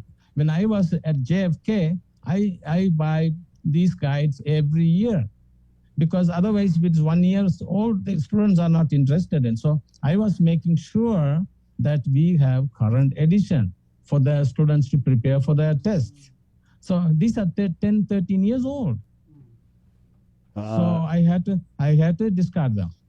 So is there any opportunity for people, because I mean, they can't all be old study guides, right? So is there any opportunity for... Now the people we put it in a room where we are planning to have our cafe, internet cafe. That's where we have, and we allow the public to come and get those books. Those people are coming, but still there are books. If you stay in that room for about 5 minutes, you will feel the kind of mildew these books have. You don't want to stay. I cannot stay more than 5 to 10 minutes in the room because it's all smelly and I get the irritated nose. So these are not safe to even give it to any institution or anybody. Okay. Chris, you know, I had covered the previous library director, Arlene Santos, right? And I know that you had been on the board before, and there were a lot of issues that the employees and the staff of the library had brought up about the former director, who you obviously replaced. But I'd forwarded you this letter that we got from library staff, which lists a bunch of very similar concerns that they had with Arlene. And so I don't really want to get into a lot of the details, but basically it's just a laundry list of concerns about your leadership. So I just wanted to give you the opportunity to respond to this here before we let you go. Okay. I came here to help. Okay. I was with JFK with a wonderful family. I was happy there and I wanted to help. And I am doing the help. I am here. There are 1 or 2 folks, not all of them. My library technicians like me, they like my leadership. This is, Chris, maybe 1 or 2 persons who may not perform their own job there. So this is complaints that I believe it's all false. I am doing what I can. Remember, it is 16 to 17 years of library without proper leadership. Of course, people are going to say, they were in a certain level, they were there in the comfort zone. So now I come there, I'm trying to change. I will get this kind of reactions, and I will be, I can tell that these are accusations are totally false, totally false. I am very sincere. I want to help. I've been here for a while. There's no favoritism, period. I treat everybody same level. This is because some people, okay, this library, these folks have to decide what they want, okay? Are they going to be here? Are they going to keep this library like a museum? Library needs to be changed. Library needs to be automated. Everything that I am doing there, automation, okay? There one example, statistics. We had a full-time person, statistic person. And that person, when I said, she said, I didn't need that because this particular system, Chris, provide all kind of reports. We can we can enter every time somebody comes there in the system, and it gives all kind of, any kind of report. No need right now. They are doing one person. Every time they come there, they mark it and they send it to the main office, and that person tally up and puts it on a system. But whereas this computer does all of that, this system does all of that. So I'm changing. I do some resistance, but slowly they will appreciate it. Anytime when you put a new technology, a new system, you will find folks, resistant. They resist some of these changes. But I'm doing everything what I can. To my honest, I'm very sincere. I'm very hardworking. And those who know me can tell the kind of job that I do, okay? I am doing everything what I can. And, we have to follow the rules. We just cannot order everything overnight. We have to get a bidding process. We need to follow the procurement law and so forth. So it is slow, a little bit slow, but somebody comes there and tells everybody that I'm not doing anything. That is really false, Chris. Well, I'm not agreeable on that. Thank you, Chris. I just wanted to give you that opportunity. So today at 9:30, there's a what did you call it again? A reopening of the reopening Dedido Library. Yes. We're gonna have refreshments. No freshmen because of the COVID-19. Chris, they just come there. The executives will be there just to talk to the staff and encourage everybody, and then both of them will be there. They are on their way to another groundbreaking ceremony. But they also support me 100%. They want to change. They want to have a better library. They want to have provide good services to the public. So that's what I'm doing. I'm not sitting there doing nothing. Some people think that I'm on the computer all the time. Of course, my job is always with the computer. So that means I'm not doing anything. So a lot of things going on behind the scene. So I'm doing that. So some people can say, oh, he's always in the computer. Of course, I'm always in the computer. And I work with people. I appreciate people. I value them very highly. And these folks are, we live on Guam, and our resources are very much limited. And we need to work with what we got. That is my belief. I was a teacher. I need to teach these folks little by little. And there's no name calling. I encourage them. I never said anything. I'm extremely kind to them. And for someone to come here, I need to find out. Let them come and talk to me. If they have some issues, come and talk to me. I will explain to them. Simply, you cannot accuse and saying that I'm not doing anything. That is totally false. Thank you again, Chris. Yes. Oh, can we get a status on the Barrigada library? Because I know that they had used that. What's the deal with that? Barrigada, we once it was we converted into archive center, which was a good idea. I'm not saying it's a bad idea. It was one room, everything was archive materials and so forth. But it was not. As the days went by, it was not practical because people who come to the main library and they do all the search and then they have to go back to Barrigada. So we decided to bring the Barrigada library back to the community and bring the archive materials back to the main library, which we did about 2 weeks ago. And our Barrigada library is now fully functional branch library. We open 2 days a week. And eventually we'll see. If we have more people, we might increase the number of days. So it is fully functional library. It will be open at 9 o'clock to 5:30. That's Tuesday and Thursday. Barrigada library. Got it, Chris. Anything else before we let you go? Okay. The thing is, Chris, we have about 64,000 members in our database. And we found about 3,700 people with email address. So we send this survey, which is very crucial for our grant. Not only that, also we want to know what the people say about the library. So we send this survey to using Survey Monkey and actually it was 15th was the last day, but we decided to extend because we did not get enough responses. So I will send you the link.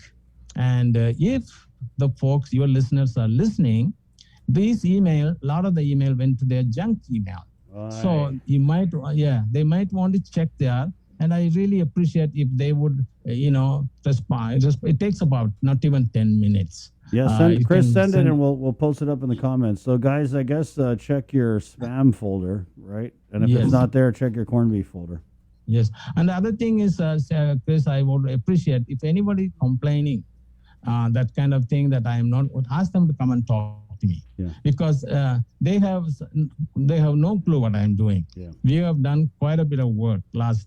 I've been here only 6 months. Yeah. You cannot, get a miracle overnight. I mean, Chris, a lot of it was he uses his position as director to bully employees, threatening to write them up for insubordination because he approaches employees, all that kind of stuff. So. Okay, if somebody is trying to terrorize the place, of course I will write them up. That's not a good place to be. It is children's come there. Somebody gets mad and throw things out and things like that. That's not it's not a place for that kind of behavior. So I do get that kind of behavior. I do see in the library, and again I said I have to work with people. They need to appreciate me just because they do all these bad things. They don't come to our work on time, and somebody accusing somebody's on drug. I resent that fact because I am not going to say anything. This person is on drug or that person. We had already did all the work. It was found negative, and I don't want to go further. That's all. Was it a hard adjustment for you, Chris? Because I mean, you were like a librarian in the public school system, and now you're you're heading the library system, right? Yes. And this position is traditionally has been filled by like a political appointee. So I'm pretty sure it's kind of an adjustment for you. Chris, it's not political. No, it was announced. I wanted to apply for the job. Yeah. I did apply for the job, and the board decided that is not enough time. So they extend that. So somebody will come and apply. So other people applied, but the board chose me. Okay, and based on my experience, based on the work that I have done in this community, so they hired me. Yes, of course, it's a big change, big challenge. And I want to appreciate those who are standing by and supporting me in the library works. I want to appreciate them. They are with me. They like the things that I do for the library. 99% of the library staff are with me, and they appreciate. This is 1 or 2 persons, Chris, they are not happy. They will not, another thing is, if somebody comes there and do some changes, they don't like it, and they don't like the person. So they come to the media and say so many things about that person. That's, you have to have facts. It's not, this is all false. I don't have any favoritism. I treat people, everybody the same way. I don't have any favoritism at all. Thank you, Chris. I know you got that reopening to prepare for, so we're going to go ahead and let you go. I definitely appreciate your time, and send me the link for the survey, and Jason will pop it up in the comments. Okay, thank you so much. Thank you, Chris. Good luck today. Yeah. Right okay, on. thank you. Yeah. Yep. Library, everybody. Chris and I shamelessly grew up in the library. Yeah. So much of our youth, right? I mean, I remember having to go to the GDOE library at Santa Barbara on Saturday afternoons or Saturday mornings. You would go there. They would have like learning events. You could watch, they would have like community like films. I remember we watched The Lorax by Dr. Seuss. Yeah.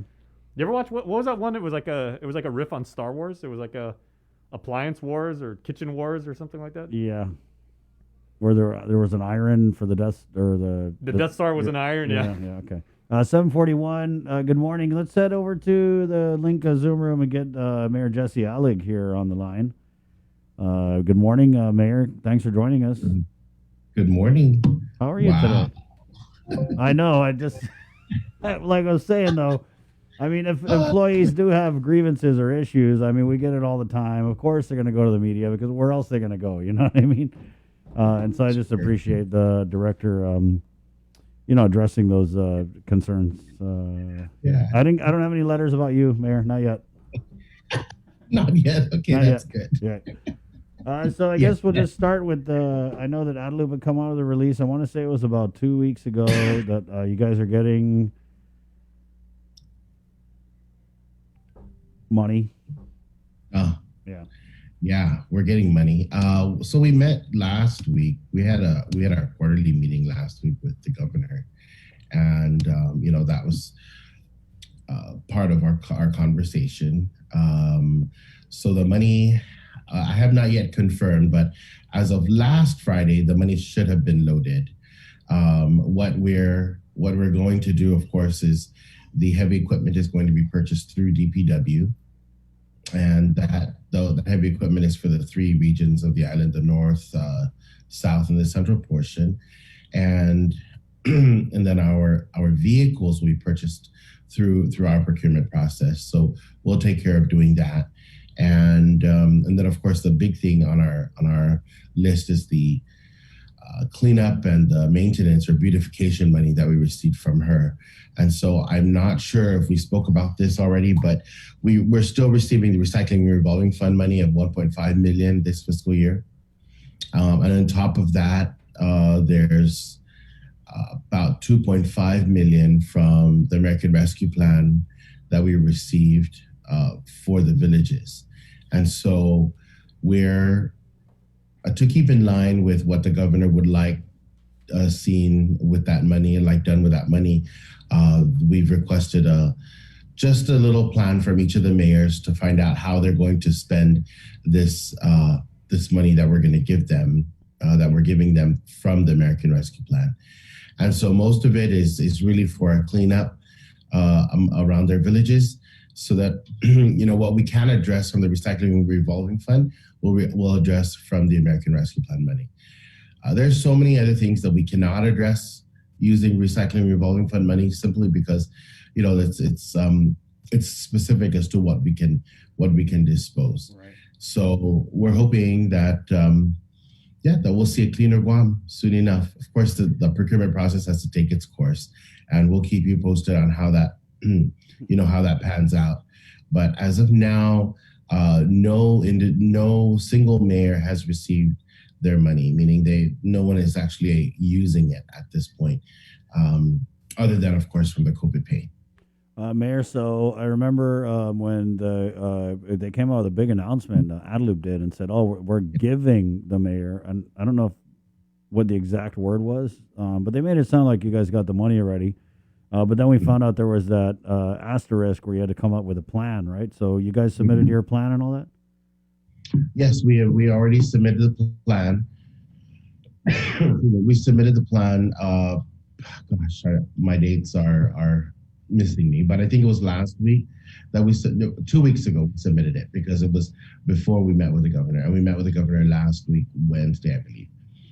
And so that plan obviously was sufficient for them, and it really was how we're going to spend the rest of the money, other than for the COVID pay and of course the what we're using for for the heavy equipment, the vehicles, the maintenance issues, or the maintenance program that we like to have. And there are some other odds and ends, like there's some FEMA reimbursement or FEMA costs that we need to pay for. That's very minimal. That's going to come out of that. And some insurance costs that's also very minimal. When I say minimal, it's just a couple, tens of thousands, as opposed to, it's not even 100,000 for sure. So those are smaller in price. But so that plan was already submitted. Now really it's just making sure that we execute properly, and it's distributing the money to all the mayors. Of course, that was a big deal last week about how we were distributing some of that money. In the end, everyone will be okay. In the end, everyone received a good portion of that money, regardless of how it was dispersed. And it really is now how we execute, right? How we use that money. So we're certainly going to be on top of that, because we feel that we've been asking for this money for so long that I think our plans got a little dusty, if I could say, so we have to dust it off and kind of crank it all up again. So they're there, that's for sure. And so there's many other things in mind that many mayors have. We have other plans for other proposed bills that were given to us. I think I talked about this once with you guys on, I believe it was like Bill 199 from Senator San Augustine, coming from the earned income tax credit reimbursements. So with that, we had all the villages come up with a plan as to how they were going to spend their $500,000. And what I'm thinking, and what I think is going to happen, is the balance that we're supposed to expect in the next year or two is going to be applied to that plan that every mayor submitted to spend their $500,000. So it would not come out of a bill from the legislature. It would simply just be what we thought was going to be extra is going to come out of American Rescue Plan. But then again, that's just me thinking. I don't know for sure. I do know that we shared that plan with Adloop. So, makes sense, right? Mayor, so how much in total are you guys going to receive when you look at all the different funds coming your way? It'll be, well, if you add up what I just talked about, it would be the 17 million, 17 point something million. Yeah. So that's why I'm thinking, well, you know, there are a lot of smart people in the world. So Yeah, they're gonna, yeah. So you're basically saying that there is a bill before the legislature, but that you think that Adelup will end up just covering the costs in that bill. I believe so, correct. Yes. Hey, have you heard But anything about this Hagatnya? I don't know. We're trying to figure out whose jurisdiction it is, but maybe with the food trucks. Did you hear anything about that, Skinner Plaza? No. I've heard other. I mean, I haven't heard anything officially about it. Yeah. Well, I heard they painted. What are you trying to? They painted like the curb where all the food trucks go. They painted it like fire lane, no parking. So. Oh no, I have not. Yeah. Who would that be? Would that be like the Kaha or Adelup or? I thought it would be the legislature. I guess yeah. The legislature, because I believe that belongs Skinner Plaza and Plaza de España belongs to the legislature. Oh, okay. It's under the legislature's jurisdiction. Thank you, man. I might be wrong. There might have been a transfer of some sort. Is there an update on the abandoned vehicle removal, that MOA or MOU that came from the AG? So we're tomorrow we have an orientation with our staff to make sure that that we spend that 1.5 million correctly. Where everything's going okay. There was, thanks to the media, I guess, right, for bringing it all out all the time. That every time we talk about something, it kind of comes back to us. And so we ultimately there's no problem. So we should have our money soon enough. So tomorrow's our orientation with our staff. And then I believe at the end of the week, our admin staff, our mayor's council admin staff will be meeting with our vendors so that they comply. And it's very specific as to how we use this money. And we track everything. We know how many refrigerators, how many items we pick up from the residents. We know where we picked it up. There's an address. If there's a junk, if there's a site that needs to get cleaned up, then we certainly can do that using a roll-off bin. I know we've had some mayors have had some issues, and I don't like it to be an issue, really. I mean, if there's a spot that needs to get cleaned up and there are recyclables, then I think we need to clean it up. I mean, if we have the money, we need to do it. There should be, if there's no address, there's a street name. If there's no street name, there's a village, right? So there's a way to get it done. And with all this money, this 1.5 million from Recycling Revolving Fund and this 2.5 million from American Rescue Plan, I don't see where we'll have any real big issues this fiscal year. Now, I think I want to be careful of how we talk about the 2.5 from American Rescue Plan, because it's not just about trash on this American Rescue Plan money. It's about beautification, right? So there's some issues. Some villages have issues where they have overgrowth, and issues where guardrails and other types of infrastructure are problematic. So this money is to help them with that. It's more than just picking up trash and disposing trash. Mayor, has there been any discussion, and I don't know if this is like a DPR thing or if you guys just want to take care of it on your end, because we had the vandalism over at Fort Soledad, right? And I think Mayor Bada was talking about surveillance systems. So now that you guys have this, $1 billion or whatever, do you think it'd be easier for you guys to kind of maybe put in these things in your respective? Well, I mean, because I have parks in PD as well, so I don't think it's my responsibility, the mayor's responsibility, to install surveillance cameras in something that's not within our jurisdiction. Those places, those parks, and those areas that are within our jurisdiction, I think we have that responsibility, and the onus is on us. And so, yes, with that money, you can certainly do that. But with the Parks and Rec property, I think it's really them. It behooves that department to make sure that they take care of that, properly. Now, there is a bill, Senator Moylan has a bill on the surveillance cameras, and we'll be meeting with the mayors about that to see how that can be beneficial to us. Can we support that bill? Do we want to send in a letter of support?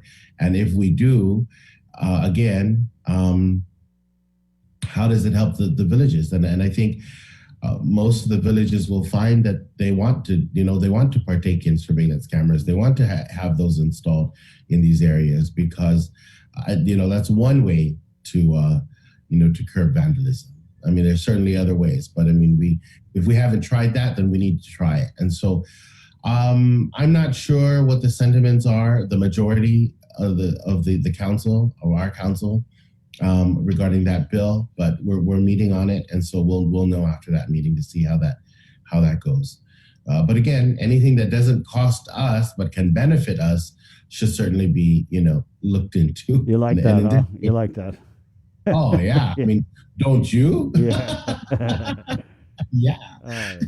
Mayor, is there any update on the senior centers, or is it just like they're not going to open? Don't hold your breath. Well, yeah, don't hold your breath. Some off sempre, because this Omicron. I mean, it's just, I don't know. Don't hold your breath. But yeah, we have an update. We have a status meeting this week, so we'll see again. I changed the status meetings to every 2 weeks now that we're not opening, and hopefully we'll have some people from DEH to talk more about other possibilities.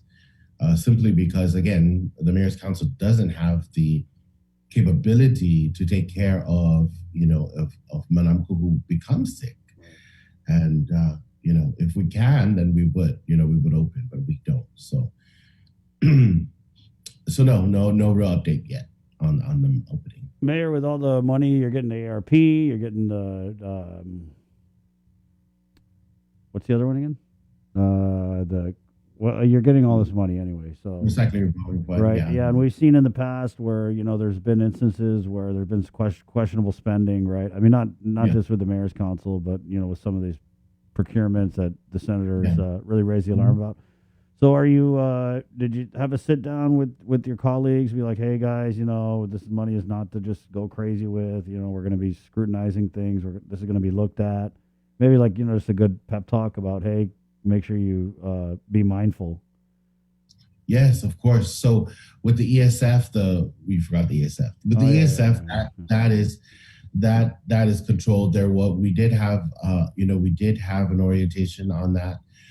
So that's certainly because it's federal money, and the reporting requirements on that.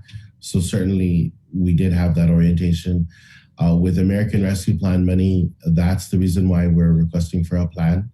The plan is a fluid plan, something that can change, something that we can amend as the need arises. And so I feel confident that because every mayor has submitted a plan of some sort, that we'll be able to monitor their spending. And we do have a certifying officer at the council and an administrative assistant that does a very good job at making sure that we're accountable and that we report properly. Of course, the recycling revolving fund has always been that. I know before I became president and before I was mayor, I know there was always issues about EPA and their oversight over the recycling revolving fund. But quite honestly, I just feel like they're doing their job, right? EPA is just doing their job. There's 10 million things to do to pick up one vehicle, but why not just do the 10 million things and get the car removed? Or do it properly once so you don't have to go back and do it again. And so we've had many conversations about how to be accountable for this money, because that's probably one of the largest sums of money that we receive on an annual basis. From the recycling revolving fund. So, yes, I am confident that our reporting requirements are up to par, and that our spending is done wisely and responsibly. Mayor, are your colleagues' offices being hit with any staff shortages because of COVID and close contacts? Because I'm hearing that just island-wide, people are really struggling with people having to miss work either because they tested positive or because they need to isolate.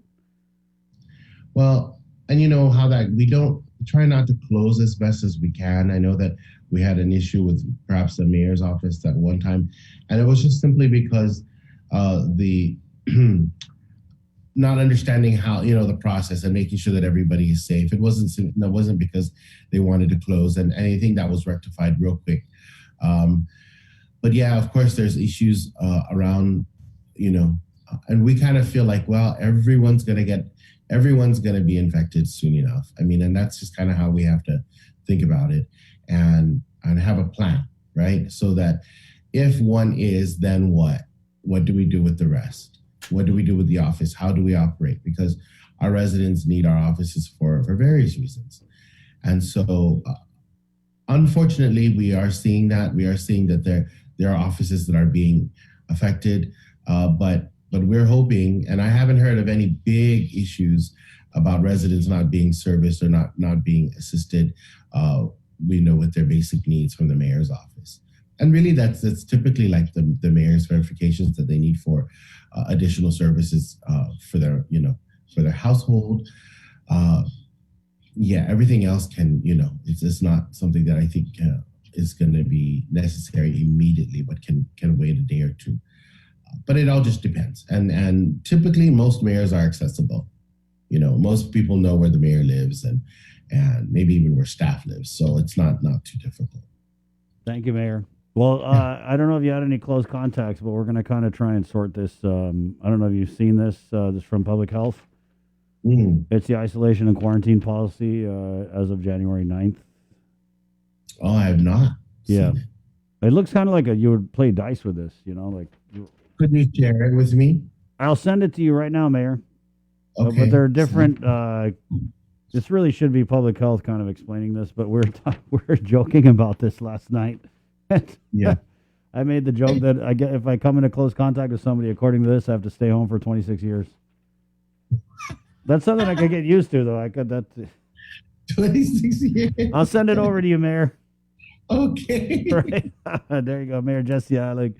We always do our Monday update, but, of course, yesterday was a holiday, so we jumped on today. It's 8 o'clock on the breeze. We're KUAM FM, Agotni, Guam, KUAM TV.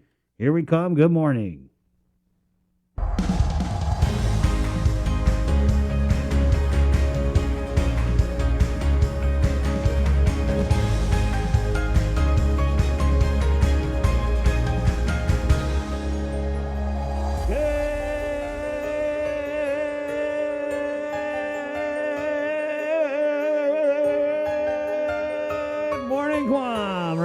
Good morning, KUAM TV. Good morning, Jason. Good morning, and just a little bit of a tech tip for all of you out there, like watching on this glorious Monday morning. Yeah. Apparently, Chris just got a new set. How do you know it's me? First of all, well, you just got a new set of AirPods. Apparently, so congratulations, for getting your gear. Okay, yeah, show those. And he's been charging them. All of my iOS devices in here, and we use a variety of iPads and iPhones to produce this show. They've all been going crazy because every time your AirPods wake up, the Tonga one is turning it on, Jay. I don't know what's going on with it. Yeah. Or either that, or you're giving all my iOS devices the feels. They got the vapors. AirPods. Ooh, I want. Please insert. Yeah. 802. Yeah. Before we get into the news, though, we did. Let me go ahead and send this to Mayor. This is guidance that had come out from Public Health. Actually, they came out with the guidance January 9th, but. They made a graphic out of it, I guess, to kind of explain it because it's pretty confusing. But I'm not sure if the graphic makes it any easier to understand. And guys, this is going around WhatsApp everywhere. When something's been going around WhatsApp so much and it says forwarded many times, that's where this one is at. And we have this rule in journalism, corroborate your story or confirm your sources. Yeah. If you see it shared with many people, that's probably legit. Yeah, and then I did run it by some people on the JIC. So basically, this is what you do if you were how to isolate and quarantine, depending on your status, right? Your status if you're not fully vaccinated, and as you can see, it's kind of a flow chart. And if you're not fully vaccinated and you are a close contact of someone who tested positive for COVID-19, now remember, close contact, someone who is less than 6 feet away from an infected person for a total of 15 minutes or more over a 24-hour period. For example, 3 individual 5-minute exposures for a total of 15 minutes. But you know what? I think that they were saying with Omicron, like close contact's way different now because it's so much more contagious. But anyway, if you're not fully vaccinated and a close contact of someone who has tested positive for COVID-19, you must quarantine at least 10 days since the specimen collection. Okay, so if you're not fully vaccinated and you test positive for COVID-19 and you feel sick, you must isolate for at least 10 days since specimen collection, 24 hours without a fever and after other symptoms have improved. But if you don't feel sick, you must isolate for 10 days. So basically, if you're not fully vaccinated, you get 10 days off. Basically, if you came into close contact. And then it goes on to explain the difference. We're going to put this up. Can we put this in the comments or what? It's up on the stream. Guys, just for reference. But, you know, we're going to get Dr. Ho on to kind of go in on this a little bit. Because obviously, if you work in the private sector and you come into close contact with somebody, do you even have 10 days of leave? Right? What does public health expect employers to do? Or do you take unpaid, or are you forced to take unpaid leave? Yeah. Or do you have to tap into your vacation? I mean, does your boss want you to miss 10 days of work? Can you miss 10 days of work if you're the one who's putting food on the table? I bet you our friend Mike Pangalinen's like going over this thing with a fine-tooth comb right now. Oh my God, I got cross-eyed. So I was talking with Of course, Dr. Mike Pangilinen, like the local president of the Society for Human Resources Managers. Right, yeah. And so this is pretty much, I mean, it almost seems impossible to implement. And if people really followed this chart, which I guess we're supposed to, right? Because it's a public health emergency. But if people were to follow this, like, okay, I guess you come into close contact with somebody, you're staying home for 10 days. I mean, who would be working now? Right? I mean, if we follow this, who would be working? Because I think we've all known somebody who was positive. And then if you give if you consider the highly contagious nature of the Omicron variant, can we still apply the same definition of close contact to Omicron that we did to like Alpha and Delta if we're being told and the evidence shows that Omicron is like 20 million times more contagious? I don't know. But yeah, guys, it's up there. And I mean, really, if you look at this and you come into close contact, you're not fully vaxxed, you quarantine 10 days. If you feel sick, isolate 10 days. Okay, if you're fully vaccinated but you haven't had the booster, again, it kind of looks like one of those choose your own adventure things. So if you're fully vaccinated and eligible for a booster and you come into close contact with someone who tested positive, you should quarantine for 5 days since specimen collection and get tested on the 5th day. But if you're fully vaxxed, eligible for a booster, and you test positive for the virus and you feel sick, you must isolate. And it may be discontinued after at least 5 days. Okay, but if you don't feel sick, you must isolate for 5 days. Right? I think public health must come on and explain this. They should, and they must. Definitely. Anyway, that's 8:06. Got that, Jay? That's a lot of information. And you know me, I like me some flowcharts. I mean, I've been doing flowcharts since 1984, but that's a lot of information. Basically, that's a lot of information to unpack in a single graphic. Right, but if you're not fully vaxxed, you got to do 10 days in the hole, basically. Right? If you're fully vaxxed, haven't had the booster, it's 5. Fully vaxxed with the booster, it's 5. Okay? And people are just having a field day, not just with this, but with the CDC guidance, right? I've seen so many memes and skits about the CDC. It's pretty funny. And so that's where we are with isolation and quarantine policy. But, you know, talking with Dr. Hoa last night. I mean, obviously, if this is what they believe the science says should work, I'm not even sure if this is based. Because if this is based in science, bro, I got a headache because it's confusing. But again, this is the policy, and if you are in any of these categories, then you should find the leave. I don't know. What are you supposed to do, guys? You gotta need to work. You gotta put food on the table. It's such a weird dichotomy to be in, like you know, for me, because I'm a sports guy, right? So I was watching football all over the extended holiday weekend, And I saw this. Yeah, what I saw flowchart- this and I was going Jay, through Jay, it, and that's the environment we have to live in can- on Guam, right? And yet can you you just- watch like a football yeah. game that's got What- 75,000 people in the stands not wearing masks. Yeah, what isolation are they following? Because I want to follow the one they're following. Which one are they? I am a NFL fan. Where is it? Yeah. I feel like they need to do different ones for this. They need to look. You've got Cowboys Stadium in Arlington, Texas, largely regarded as one of the engineering marvels of the last 20 years. And the place was packed. It was crazy, yeah. That's a big stadium. I mean, half of California went over to Texas to root for the Niners. But they should redo this. I'm surprised someone hasn't already, you get people, they edit these things. They should do one that says, I am a Republican, and then it's 40 days isolation. And there's one, I am a Democrat. It's listen to Auntie Lou more. And then they go, I am all in, and go, At Paul Brown call Stadium, somebody. because Cincinnati had a home game where Yeah. the Bengals played, they said there were so many people there cheering for their beloved Bengals. Yeah. They've felt the stadium shake. Yeah. Do you realize how many people you have to have in a stadium to get that kind of reaction? Yeah, it's crazy. It's crazy that we're looking at this, and then you turn on TV and you're looking at that, and this just seems like. Yeah, that's why I so said interesting. it's such a weird, it's It like is. a tale of two Of countries. course, and people just look at it and they don't. Nice check catch, out. by the way. Yeah, thank you. I don't know if you guys caught. Wait, did you catch it? Chris threw that over his shoulder, didn't even look, basically pulled like a Steph Curry, Yeah. and then just popped it. That was a nice behind the Thank back. you, Jay. Pacific Points, Cabo Enterprises, ITD, and Jack in the Box. Proud to present this episode of The Link. It is Tuesday, January 18th, 2022. We do have work week weather with Landon Idlet of the National Weather Service coming up. But first, And he's very excited about the slide because he is really going to go in to on the Tonga eruption. To the Tonga eruption, Yes. yeah, because All right. everybody's talking about that. Exactly. And so let's go ahead and get into our 8 o'clock newscast, which is brought to you by Pacific Points. Some more sleight of hand by Chris Martin. Right. I'm telling you, that was pretty amazing. Well, we'll roll back the tape and play it tomorrow.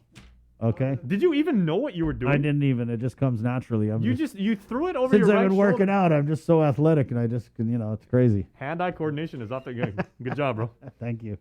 Again, at 8:10, in for Sabrina Salas-Mantonani from the KUM News team, Jason Salas. Good morning, my friend. Good morning, Chris, and good morning, Guam, and good morning, world. There are 25 of your fellow Guamanians now hospitalized for COVID-19.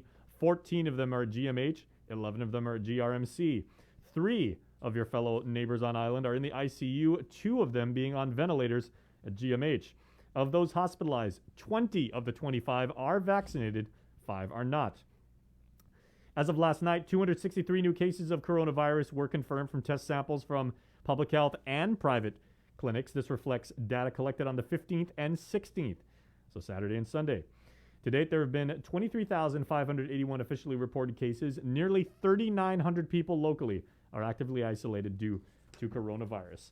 Of course, we are bringing you today's link update courtesy of our friends at Pacific Points, where Pacific Points, you can do more and get more. Please register for the Pacific Points program. It's going to save you money. It's going to get you some really cool stuff, and it's going to make you happy. And, of course, we always thank our friends at Pacific Points for their sponsorship of the link update. And let's get right into our headlines now, talking about the food shortage problem that seems to be going around globally. The supply chain issue is not just one that we're seeing on Guam, but it's happening everywhere. And Tyler Methanani dives deeper into shipping delays, what this means in terms of the island's food security and solutions. She talked to Senator Clint Ridgell about that. It's a very complicated issue with multiple factors involved, and it's being felt all over the world. COVID is one of the factors that's involved with it, but there's a multitude of factors involved. But overall, the entire shipping industry and supply chain, global supply chain, is having a lot of problems with getting products to people on time. Guam's food security is something Senator Clint Ridgell has been concerned with for a long time. On Guam, we're so sort of isolated and we're kind of at the end of the supply chain. We're such a tiny market. We're sort of like the last people they think of. And it's one thing to deal with supply chain issues for other products, but it's a whole other thing when it's food. Of course, we can live without certain products for a while, right? Maybe your favorite deodorant doesn't come in for a while. You can live without it, right? Maybe you switch to another deodorant. But you can't live without food. So just how secure is the island's food system? Well, not really secure at all. At least 90% of the foods we eat are imported. That shows how vulnerable we are in the case of food shortages, in the case of supply chain and delivery issues, like some of the issues we're experiencing now with certain products in stores. Now imagine if this expanded to more products. We're just so much more vulnerable because we're importing just about all of our food. Which is why he's been such a huge proponent in developing a robust agricultural industry here at home. For Rigel, this means not only would the island be more self-sufficient from a security standpoint, but it would also boost the economy because we would no longer be as dependent on imports. And that means a number of things. It means we keep more money on island circulating in our economy.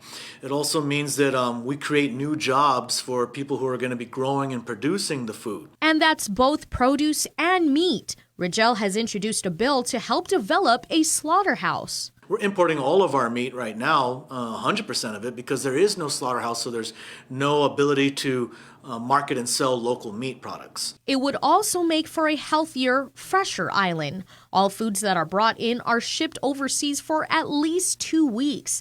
Now that's not counting all the other time it takes from harvesting to trucking to the distribution centers and then finally getting onto a ship before it makes its way out here. So you're getting food that's been sitting in a freezer for weeks. It actually loses nutritional value the longer that food sits. In the meantime, Rigel encourages everyone to buy everything locally and to start learning how to grow our own crops. With new advanced technologies such as vertical farming, food security would no longer be a fear here on Guam. We'd even be able to grow food that we wouldn't even think could be grown due to the island's climate. For example, food that we think requires a colder climate. Well, if we grew that indoors, we can, of course, control the climate, and then we can lower the temperature indoors.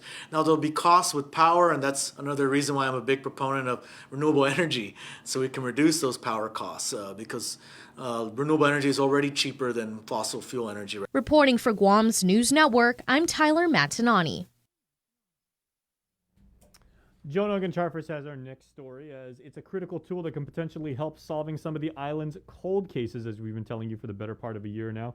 And Joan sat down with Guam's top cop, as the chief of police talked about the new DNA forensic lab, as that facility is nearing completion. What we're able to do is to go back to our old unsolved homicide cases and see if there's any evidence, forensic evidence, that has any DNA in it. And we can use that to at least do an analysis and determine that, hey, you know, we found all the DNA of the victim, maybe associates that we know of, but we have unknown DNA. And so that'll help us narrow down that, you know, that there is a possibility that somebody out there exists that may match this unknown DNA from a crime scene. GPD Chief of Police Steven Ignacio referring to how the new DNA forensic lab at the Guam Community College will be a game changer with innovative and current forensic technology. Although he wasn't part of the planning phase for the lab, Ignacio knows the idea came about back in 2009 when there was a forensic science symposium with then Chief Frank Ijizaki. The idea came up about, should we be building capacity in the region and for Guam in our forensic science division, and so that's what happened. Is that discussion came about, and the discussion was furthered through the actual funding of the DNA lab through the good work of Dr. Okada and her team up at the Guam Community College. And with the lab expected to be completed in February, this doesn't mean the doors will be open immediately. There's going to be the training involved with the personnel. Right now, we're procuring the specialized equipment that we need to do DNA analysis.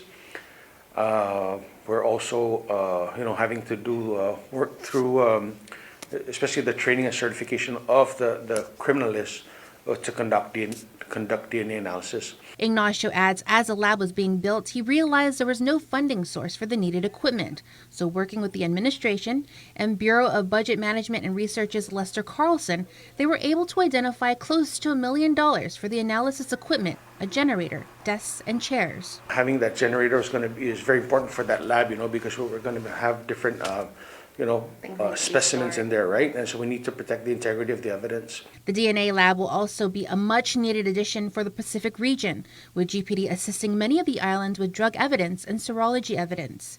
He says that GPD and the law enforcement community are excited. Can't wait to see this fully functioning DNA lab. And I think, like I said, this is game changing.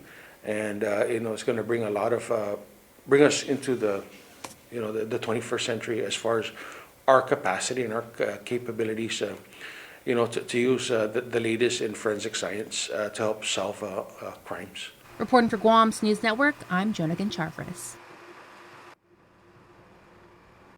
All right, everybody, it's time to get to your work week weather. Of course, it's on Tuesday. Landon always comes in on Monday, but on account of the holiday, we got him here on the second day of the week. And Landon, I'm pretty sure you needed some extra time because, man, geologists, meteorologists, scientists across disciplines and everything like that, everybody was so fixated on what was going on after that Tonga eruption and everything. So good morning, first of all, and of course, our thoughts and prayers to the good people of Tonga this morning. Yeah, definitely a good Tuesday morning to you, Jason, everybody on Guam and everybody elsewhere watching. It was definitely a very busy weekend. We were on our toes watching things here at the weather office, as well as everyone across the warning community across the entire Pacific Basin. And I was talking to someone in Pompeii at the embassy down there, that it's events like that happen in Tonga that really bring the broader community together of all the Met services, the National Weather Service folks, the warning coordinators, the emergency directors and emergency managers. We're all united as one to protect life and property. And that's what we were doing on Saturday and Sunday as that tsunami was expanding outward across much of the Pacific Basin. So we did have a little bit of a tsunami pulse come through our region and the gauges, and I'll show you that shortly once we go to the slides. But let's talk about the weather. I had a lot of questions about the weather, especially on Sunday. Is this related to the volcano? And fortunately, the weather we had over the weekend that's ongoing now this morning and the next several days, that is not related to the volcano. This is something that we were talking about a week ago. We're talking about a shear line coming through the region on the weekend. That's exactly what happened, as that shear line to our north dropped down over our area, and it came in force. So I'm going to turn my camera around and show you what we're looking at on the screen right now.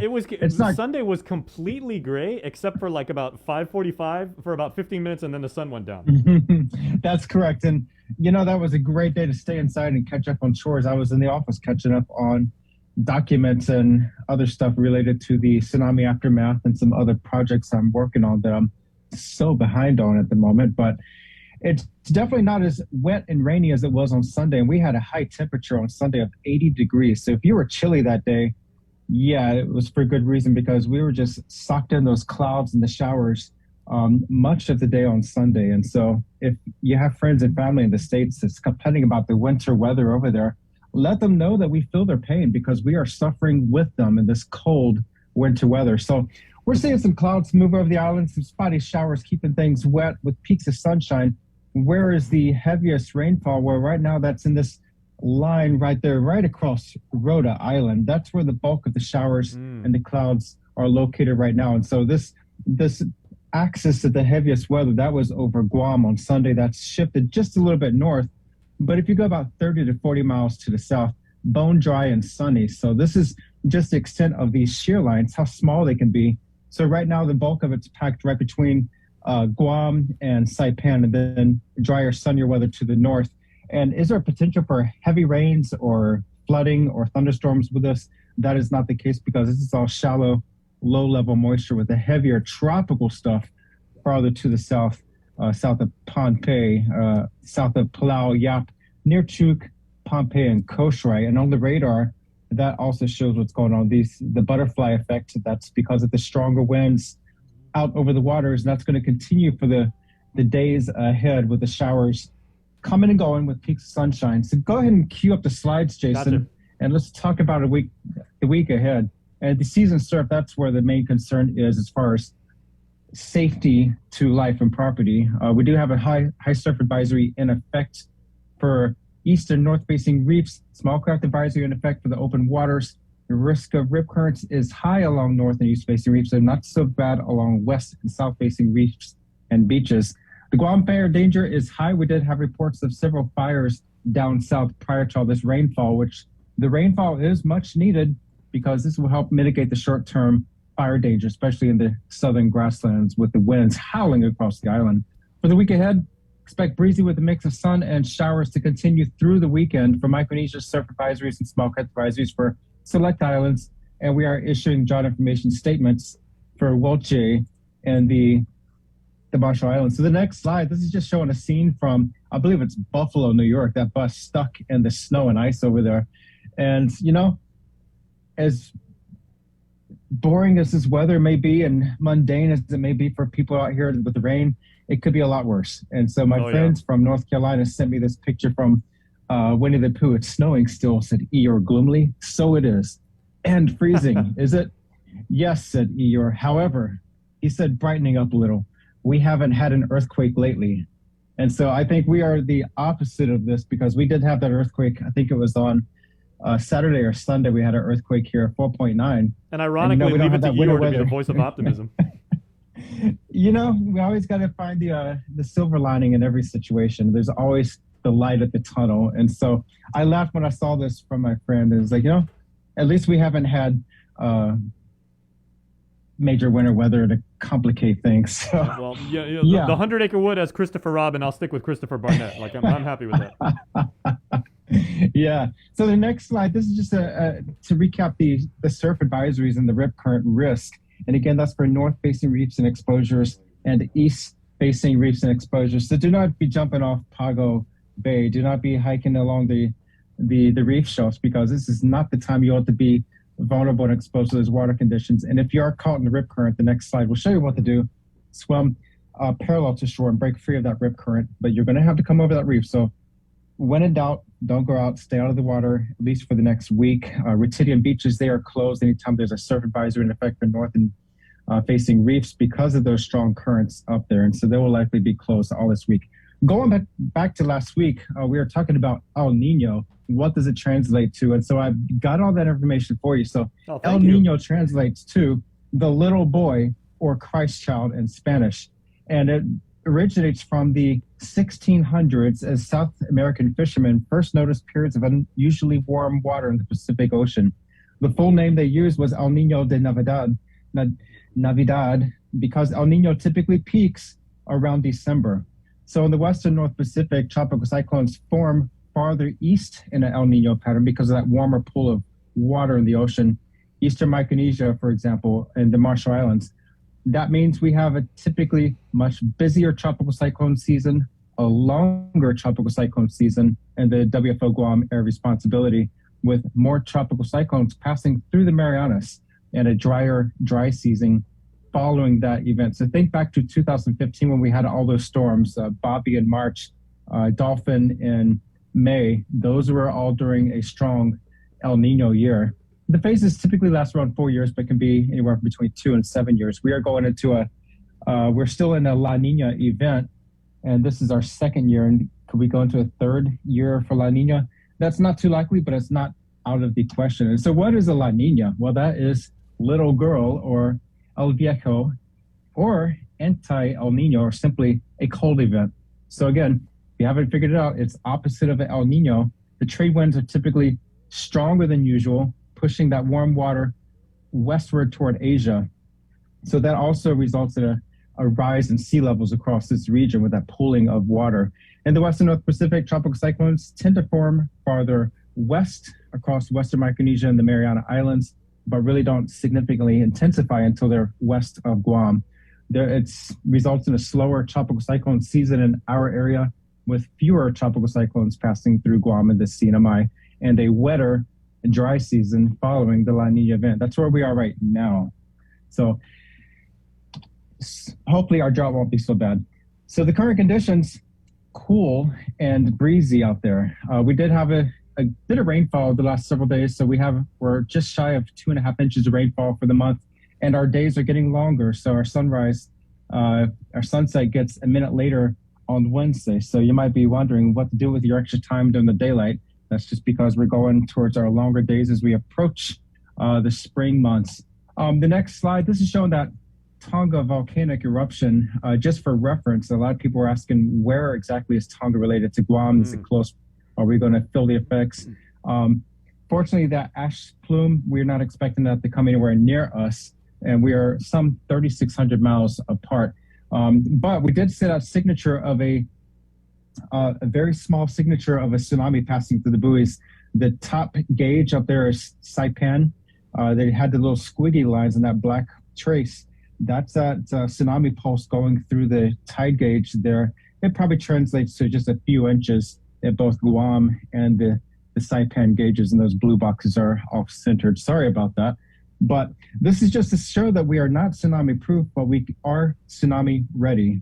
We have our plans in place with Guam Homeland Security and the Saipan Homeland Security offices that we know what to do and how to communicate effectively if there was a significant tsunami threat to the islands. And so we are always watching this 24/7. And again, this was a tsunami-genic event with an underwater volcano in Tonga, and it did produce about a 3 to 4 foot tsunami wave in Tonga, causing problems.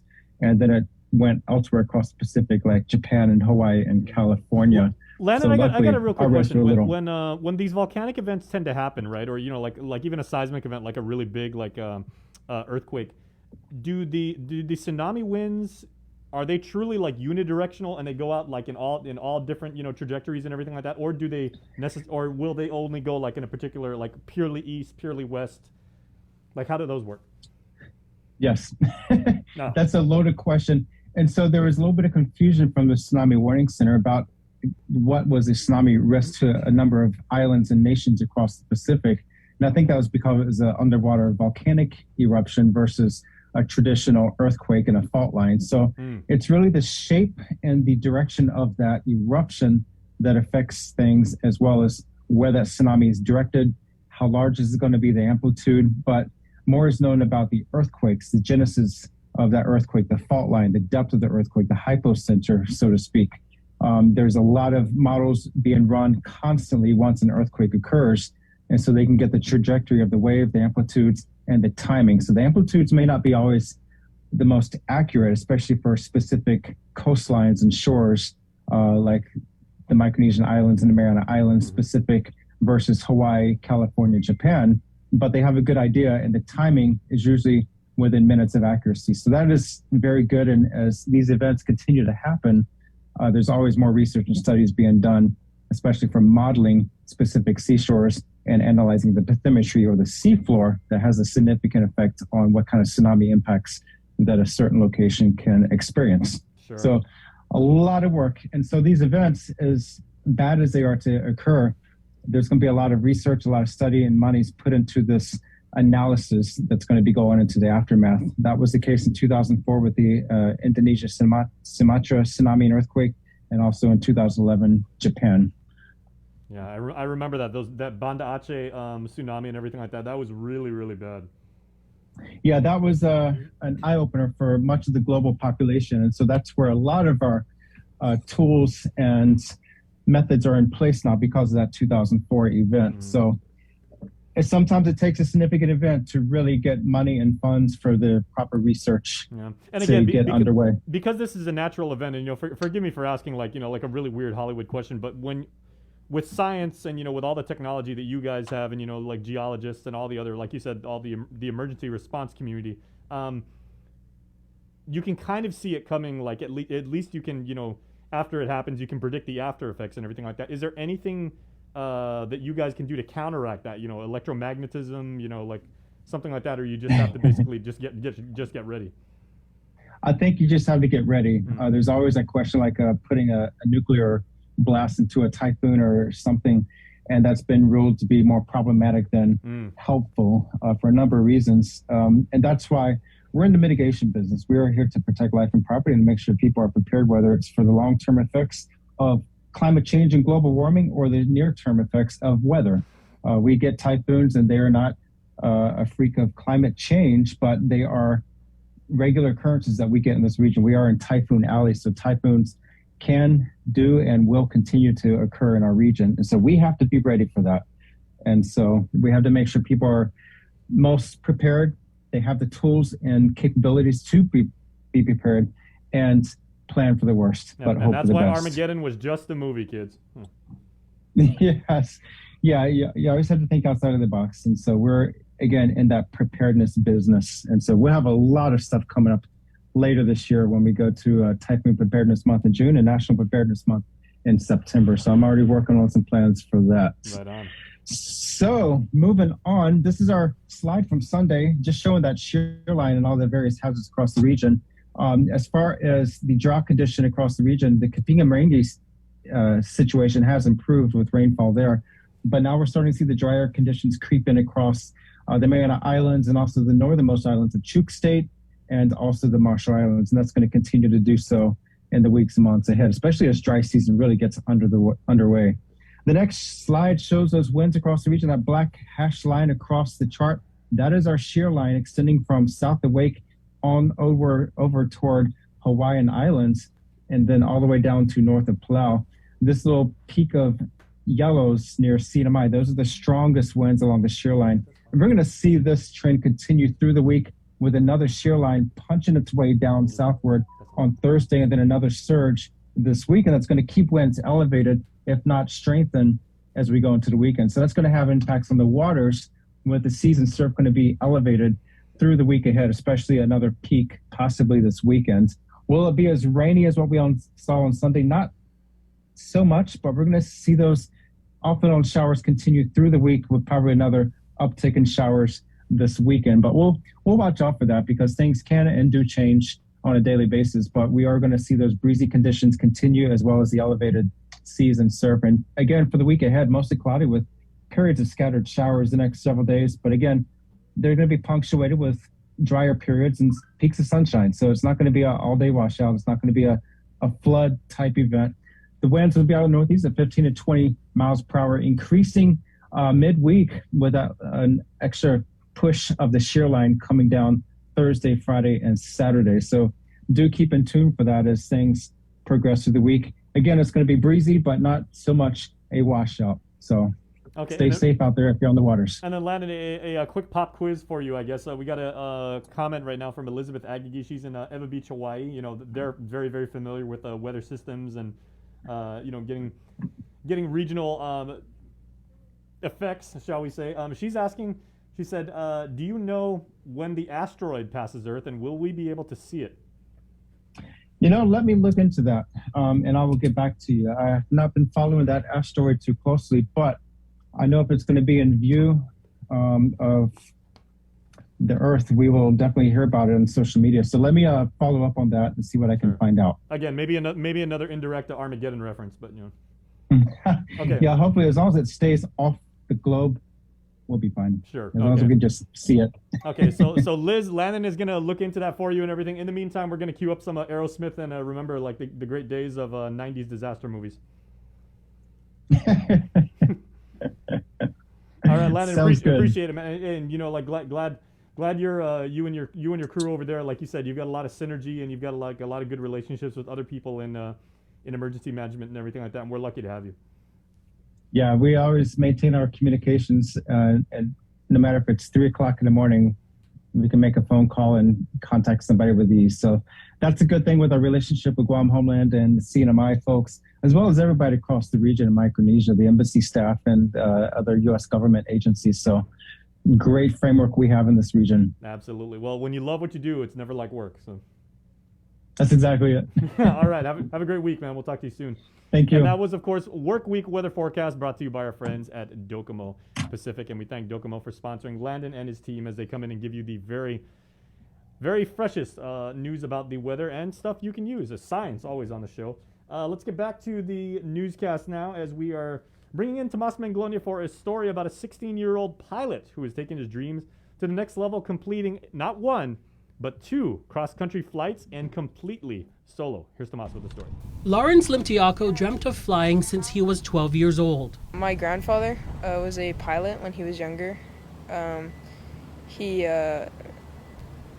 kind of inspired me to do it, and when I was just a little kid, I used to go and watch the planes at the airport like land. He's 16 now and doesn't have to just watch planes take flight anymore. He can fly one himself.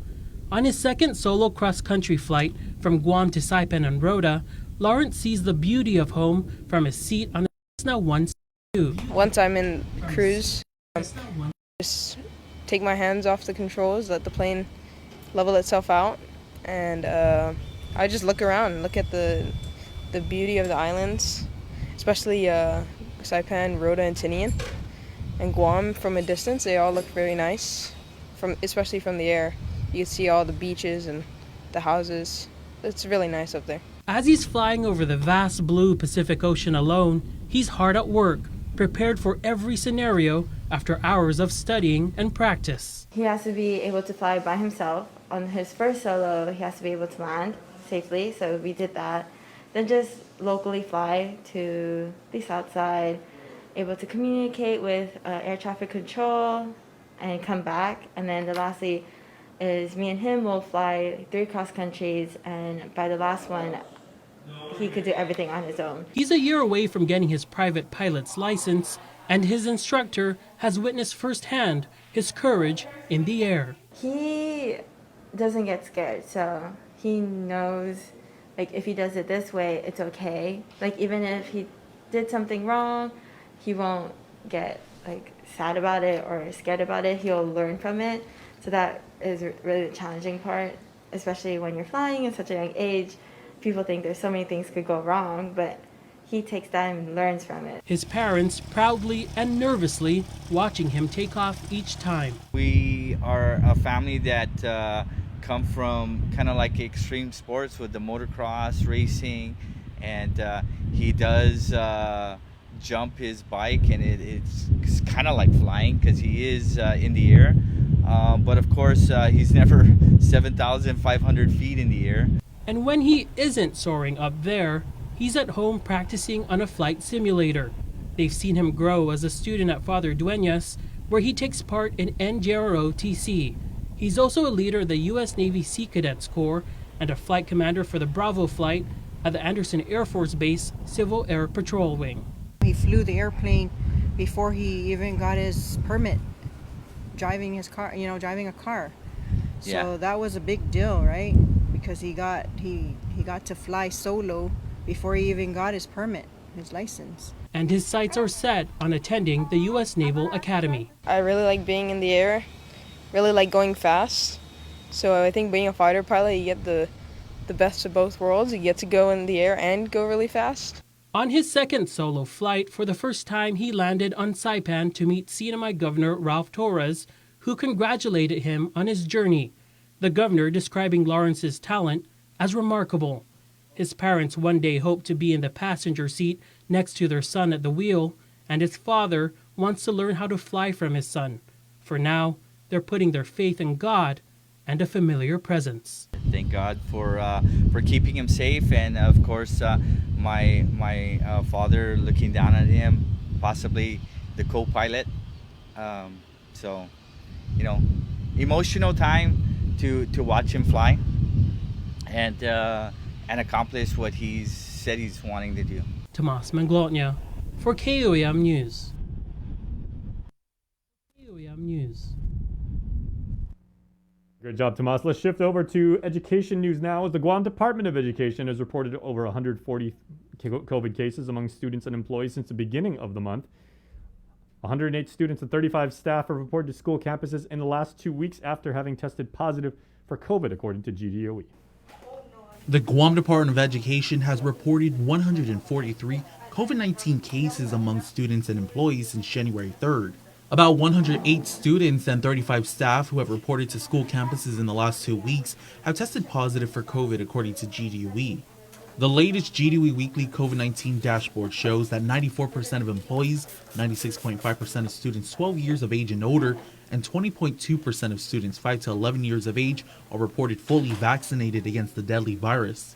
Although the 7-day positivity rate in the dashboard changed from low to high in just a week, GDOE Superintendent John Fernandez told media outlets during a recent press briefing that operations remain status quo. Right now, we're coordinating very closely with the governor's office, the lieutenant governor, and public health with regard to our current posture, which is to remain and maintain 5 days of face-to-face instruction for students. We have not moved in the direction of cohorts or shutting down as of today.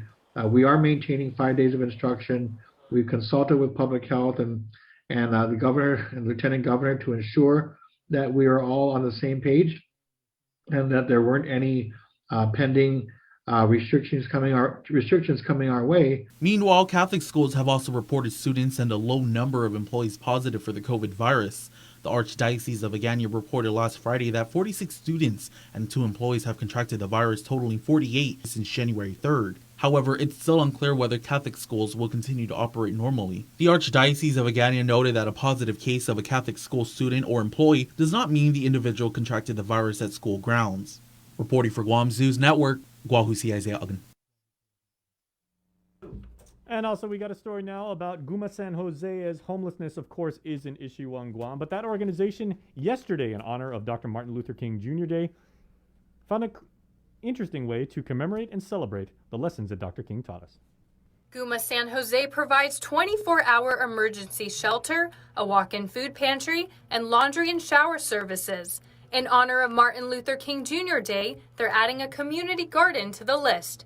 Program manager for the shelter, Terry Mortera. The community garden is something that allows us to be able to teach our folks that are here some life skills like sustainability, specifically being able to get them to feed themselves too as well. So that they walk away with some of the skills. At the same time, they get to enjoy some of the fruits of their labor. With 5 garden beds full of sweet potato, okra, eggplant, and long bean plants being installed today, their hope is that it will continue to benefit people during uncertain times. Our hope for the garden that this is going to continue on and other people be able to learn from it. The kids will become familiar with this thing, and they also will be able to benefit from learning this as well. So that's really what it is, and also to feed ourselves. Never can tell we have an uncertain future. Well, make sure everybody still can eat. The Guma San Jose shelter has 2 locations, providing up to 22 beds for families at the main shelter and 6 beds at their men's shelter. For individuals needing help or housing, call 671-637-1307 to learn eligibility requirements. And of course, as always, each and every day, your link update are brought to you by our friends at Pacific Point. So check them out and make sure to register, because it's a program that's going to save you money, get you cool stuff, and have you on your day. Thank you to our friends from Pacific Points for that. And thank you to Uncle King Conception for filing today's Chamorro News Report. Here he is. Buenos updates to get some to be from ni KUAM News. Presenta ni Familian Mito gi First Hawaiian Bank. Centers for Disease Control and Prevention sama na mas seryoso inas gayon niya para ini na serben mask para ipubliko. Marekomenda di N95 sa ni KN95 na mask siya sa mas medko na pernitehi kontra COVID-19. Apasalista ni CDC mas maulik siya na mask sa N95 sa ni KN95 sa 2 mas 4 kilo gi ilista. Segundo sa surgical mask lumabiso ni CDC na debut man siguro na sen exacto san sen proprio na minedong para inisa. Magago na mask ay papapagi lista sa te efektibo. Ginisgay ni CDC masangan mas na marekomenda mas maulik na mask para prinitehi nusen na madzatanhagu don narset bito di tempo. Mas asunto, sen may good na sinipoti para di parmafanan din webu at di kasada ni umanaw gatugi Marine Corps Base Camp Blas no inenray di funto inirad Marine Corps. Si Vicente Garrido Blas ay finena na samoro no inirad gi Marines. Asebelo kita to gahan na delegado para Kongreso ng Amerika desde 1985 na sakan hasta 1993. Managwa public hearing para bill niya si Senador Chris Duenas no para establisa Route 3 na talan sa mafanaan General Ben Blas Boulevard. Loan miti si Duenas na dupusiyo maklasifika na highway ay to Boulevard. I-chairman ni komite at si Senador Joseph Augustin sa paraset niya na mafanaan Ben Blas Memorial Highway. Paskadyo ni marin sa footmat na seremony ng dedikasyon para i-base pago na mes loon din iteni pudi kinahuli i-COVID. Yuto mo na suntog ifinot sa moro para pago na Lunes gini KUAM News at si US Navy ballistic missile na submarine USS Nevada sa Matumayiguahan entry Opera Harbor gidiak kinsigi Enero. Isa na binisitan niya magiguahan sa ano kikiminite ni Estados Unidos para Indo-Pacific na region dyan ay komplemento di siya exercise, siya nanaw, training siya, dyan kooperasyon ni militar na aktibidad siya no strategic forces para manasiguro naman listo sa manggaygi para umformasyon sa entero yung mundo kimasyahafan na tempo siguro ni release ni United States Pacific Fleet Submarine Force. Isa ganya do pa si USS Nevada sa Naval Base Kitsap sa Washington na estado. Siniastin na submarine mamaki ballistic na missile siya sino malii para umasenti. Para Guam News Network, Gualsinkin Conception. Yasuto ifinut sa moro sa presenta sa ninafato ni Familian Mizo gi First Hawaiian Bank. Say hello to the First Hawaiian Bank mobile app. Got a question about your finances? You've come to the right place. Bring all your accounts together, even those that aren't with us, and see the big picture, right down to the smallest detail. Unlock powerful tools like Insights and Money Map that help you save time and take control of your finances. When you connect accounts with the First Hawaiian Bank mobile app, it all starts with yes. Hey, good morning. Brought to you by First Hawaiian Bank. Again, our Samoa News with Uncle Ken Conception. Let's head into the KUAM News Link Zoom room. Republican Senator Jim Moylan standing by. Good morning, Senator. Hi, good morning. How was your Good morning. COVID? I'm sorry, last time you came on, you announced you got COVID, right? So how was that? Were you okay? I'm clear. I did get the additional shots on a clonal shots too. That was helpful. How was that? I did my quarantine. That was really helpful. That it did reduce my symptoms, more manageable, and I'm feeling much better now. What were your symptoms, if you don't mind me asking? Sure. Yeah, of course, I had the headaches, and I think it was mild fever, but the difficulty was the swallowing with the sore throat, and then the congestion as well. That it just wouldn't go away, and that triggered me to go get the testing. I had the testing done before they required the appointment period, so I waited in that line, but it was done really effectively, and I tested positive, and then found out about getting the additional shots, and I went to get that as well. So I think I recovered quite well. I kept busy at home. Glad I was at my computer and able to do some Zoom meetings too. So I think I'm 100% better. I'm feeling really good. Did you follow this guidance here? So you were, I'm sorry, you were boosted, right, Senator? Yes, I was.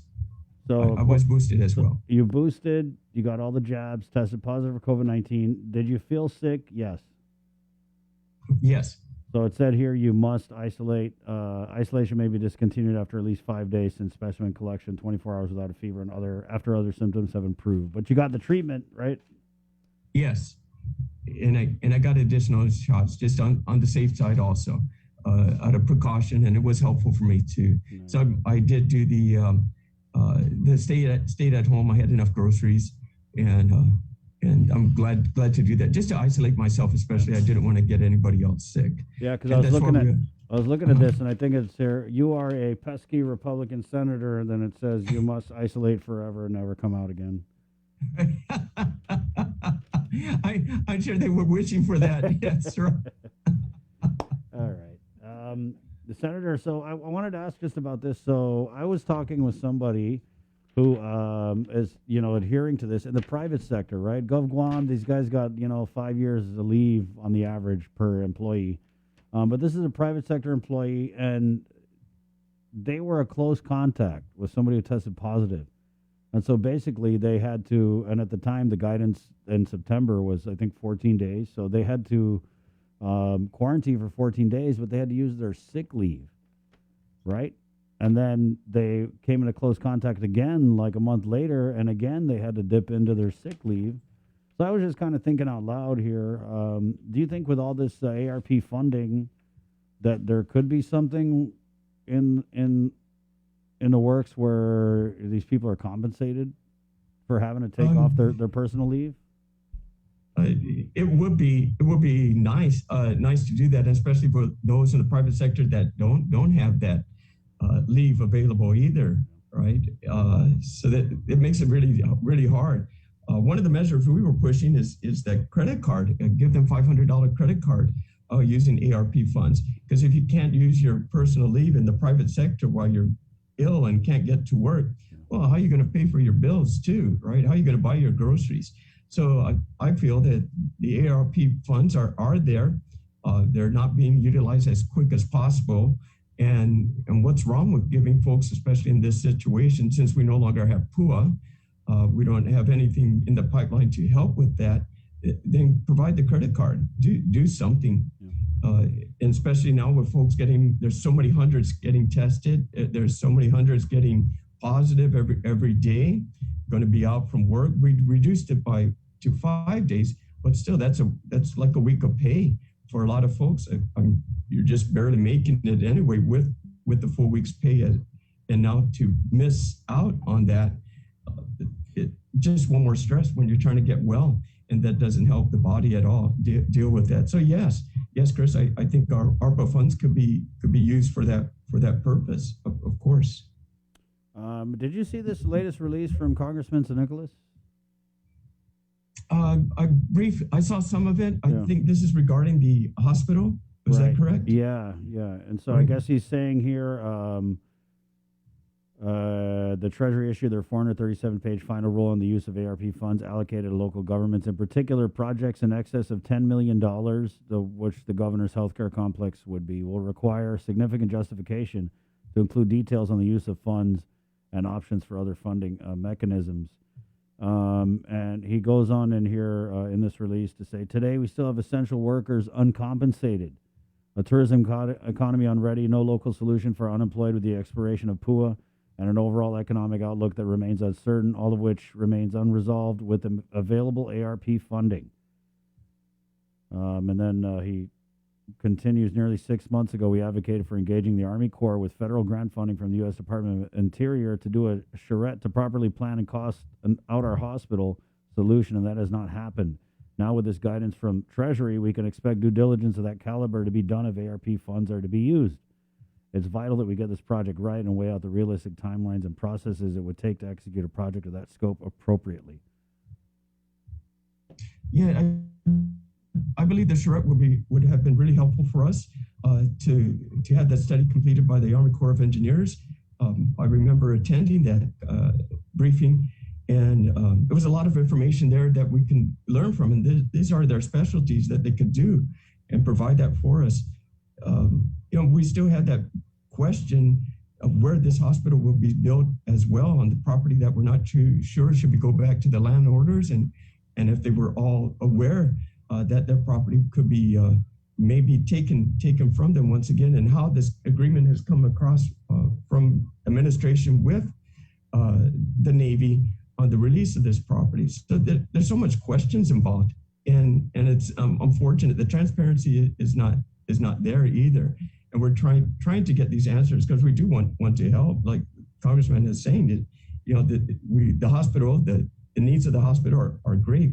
And like the previous 35th Guam legislature, we were trying to give money to support the maintenance of the building in the meantime. And it was so difficult to try to get that money on over to the administration to utilize. Yeah, that's crazy. You guys actually passed a bill in giving GMH $10 million. Here is $10 million. And they're like, no, we don't want that. No, we don't want, no, don't miss me with that 10 mil. Right. Yeah, that's crazy. Yeah. So now if they're going to use some of this ARPA money for the new hospital, it's questionable how we can really manage this properly with how things have been managed thus far. I've even introduced a bill for public-private partnership in the building of this hospital too, and to include the management of the hospital in the meantime, so our doctors and nurses can focus on what we do best, because we know the care that we gave to our patients is bar none. But the running of the hospital is so difficult. The administration, the processing, the billing, and the payments and the hiring process is incredible. So unfortunately, this is where we're at. But good Congressman is looking at it, and I think the 36th Guam legislature will continue to ask some tough questions too.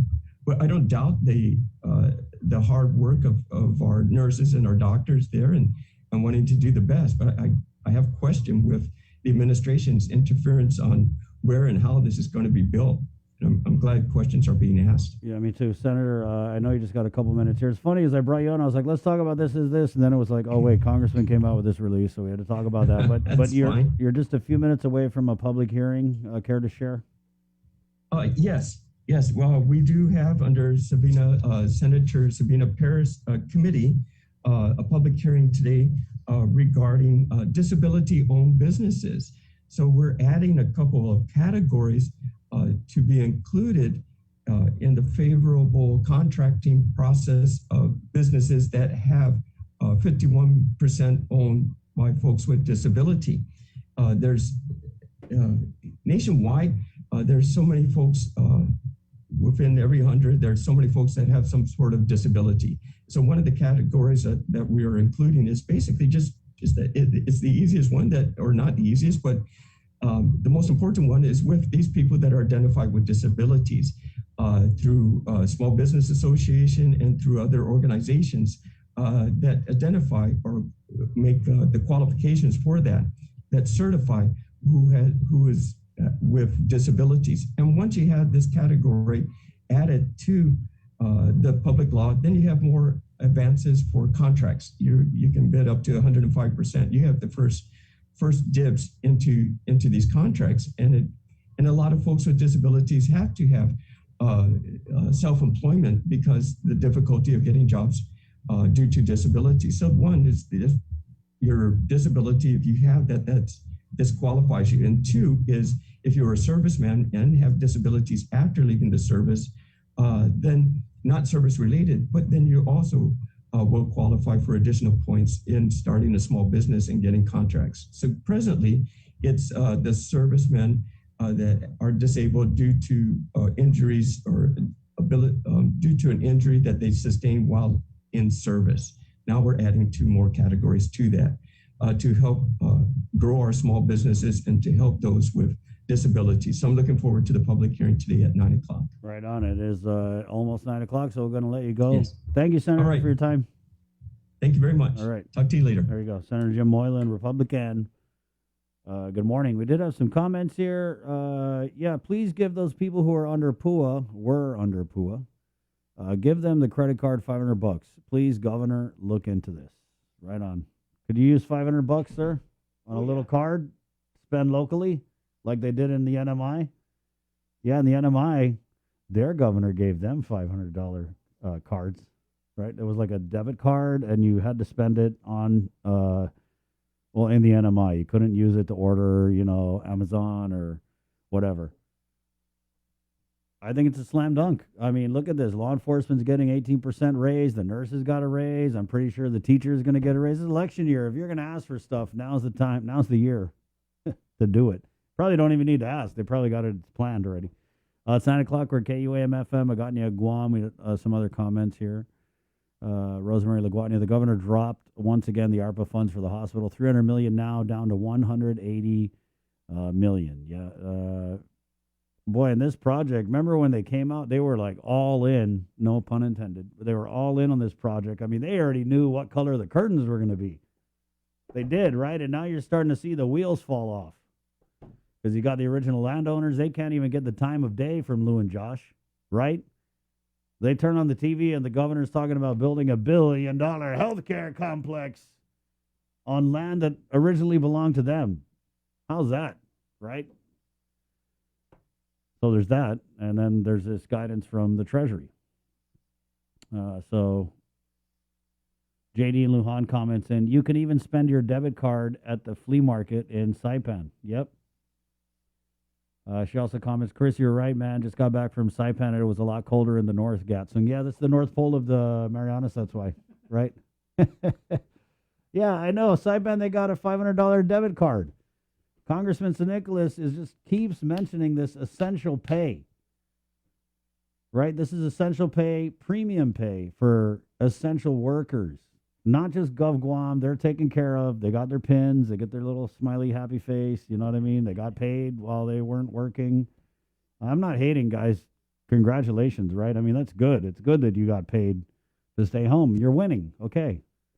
But obviously there needs to be some kind of we need to be made whole again, and give that same opportunity over to the private sector workers who, they're working, right? Along with a lot of government essential workers. So I don't know. We ask the governor. It's, every time we ask the governor about assistance, they get mad. So we'll see. We'll just let them come out with it. All right. But it's starting to see the memes now, sir, of this. Can I send you this meme? Pretty funny, of this DPHSS isolation and quarantine guidance. We kind of talked about it a little bit earlier in the show, guys. And yeah, so it's basically, and we put it up on our KUAM News Instagram if you want to just kind of look at it and follow. We kind of just made the joke about the flow chart because as you can see, it's kind of like Back in the day, sir, you remember Choose Your Own Adventure? They used to read these books and it'd be like, if you want to do this, then turn to this page and this is what you do. This is what it kind of reminds me of. So, right, if you're fully vaxxed and you're close contact, then you must. And then it's if you test positive, they've got all these different options. So there's the not fully vaxxed, the unclean. And then you've got the fully vaxxed, but eligible for a booster, have not been boosted. There's a lot of people in this category right here, right? Where you got the vaccine, you went in for it, and now you're in this window where you haven't gotten your booster shot, right? And I don't know what it is with you. I got mine. I'm boosted. I got it flowing through my veins, right? The other day I was looking at my pantry, sir, and I was looking at all the cereal, and like every box of cereal had, I never knew this because I don't look at the ingredients. I should, though. Every box of cereal had genetically modified, bioengineered ingredients in it. And I kind of freaked out for a couple minutes. Then I was like, oh, wait a second. I can't freak out. I got 3 doses of Moderna in me. Lord knows what's in that stuff. Anyway, yeah, so I don't know if you guys got the vaccine and then you thought that was it because they upsold it so high and now you don't know if you want to get the booster. But from what they say, the experts say that if you get the vaccine, 4 to 6 months after you get your second shot, your protection against the COVID goes way down, like way down. I'm talking like, you're basically walking around naked and the emperor's new vaccine. And you got to get the boost is what they say. And when you get that boost, it drives you up to 90-some% protection. That's what they say. Don't shoot the messenger. I'm just telling you that's what they say. And there are many opportunities to get these shots all over. It's everywhere. You can go to UOG. They're doing school-based clinics. There is actually one tomorrow. There's one today, Price Elementary, 3 to 6 p.m., right? So if you want to bring the kids by, they're doing vaccines, they're doing boosters. Then they've got one at UPI tomorrow from 3 to 6 p.m. and MU Lujan they go down to Jotnia, January 20th, 3:30 to 6 p.m. And I hear that they've been getting some pretty good. Yeah, so this is the meme, guys. Is that up? Yeah. I don't blame you guys, right? With this CDC guidance, I mean, to me, it's like, okay, so all of a sudden, you're cutting the isolation quarantine time in half, and I think it's just because people are missing work, and the whole American is just going to grind to a screeching halt because everyone's got to stay home for 10 days because they got close contact. But see, Omicron is way more contagious, right? So what was close contact for Alpha and Delta, I don't even know because I'm not a doctor. You know that already. Close contact for Omicron, I mean, that's so contagious. I think if you look at somebody who has Omicron, it's like, boom, you got it, you know. They should have a different guidance for that. Like, if you look at someone with Omicron, then you have to stay home for 62 months. If you have that much leave, right? But that was kind of big with Senator Moylan. Yeah, and so this is what if you're Iron Man? How many days do you have to isolate? What if you're an Avenger? What policy applies to you? What if you're an Invenger? An Invenger? You got that, sir? Ooh, Bree better hurry up and come back because we're going to get in trouble in here sooner or later. No, but I don't blame you guys because it doesn't make sense, right? It's like, how can we go from like, 10 days is safe, and then now it's like, 5 days, never mind. And you guys see the memes out there, the memes, the TikToks, that's crazy. Just picking apart this policy. And this is like really, I think, the kiss of death for this pandemic. After this, when they start messing with this, like, because people are not idiots, right? They're not. And it just like any reasonable person look at this and be like, okay, so wait a minute. In September, it was 10 days, but now you're saying it's only 5. And it makes sense because they don't want you to miss work, right? And you don't want to miss work either because guess what? You probably don't have the leave for it. You were listening earlier, we were talking about a situation where a person was just a close contact. They didn't even have the virus. They came into a close contact with somebody at work who tested positive. They had to take 14 days quarantine, used up all their sick leave. A few weeks later, again, close contact. Again, had to go on sick leave. Guess what? This time, no sick leave. No leave, no pay. Right? And so Senator Moylan, I think is a big deal. What else is he going to say, though, right? What's he going to say? Like, oh, no, it shouldn't be compensated. Of course. He said use the ARP to offer some kind of compensation. Totally. That sounds like a total slam dunk. I might go get a close contact so I could be eligible. But right with these people in the private sector, I mean, even in Gov Guam, if you're one of these rare people who has no leave whatsoever, but in Gov Guam, man, the leave is crazy, right? They accumulate it for like, so people have years worth of leave. In the private sector, though, or anywhere, if you don't have the leave, whether you're a government employee or a private sector employee, this is huge, right? You can't afford to stay home for 5 days. Who can? What working person can afford to stay home for 5 days? I mean, maybe if your boss is cool, right? If your boss is cool, it's like, yeah, but if you're like a small business where they just can't afford to pay somebody who's not going to be there, it's crazy. What I'm hearing in some small businesses is the bosses are making their employees work anyway. Right? They're like, oh, as long as you weren't positive, come on in. Because we can't afford to miss you for 5 days. Right? And that's what's happening. That's what's happening. So all of these decisions, anyway, to me and anybody who's reasonable, it's not really the science of the virus, and it's the science of the capitalism. It's like we can't miss because and I mean, I was talking with Dr. Ho last night, and he's right. I mean, if we have just about 4,000 active COVID-19 cases,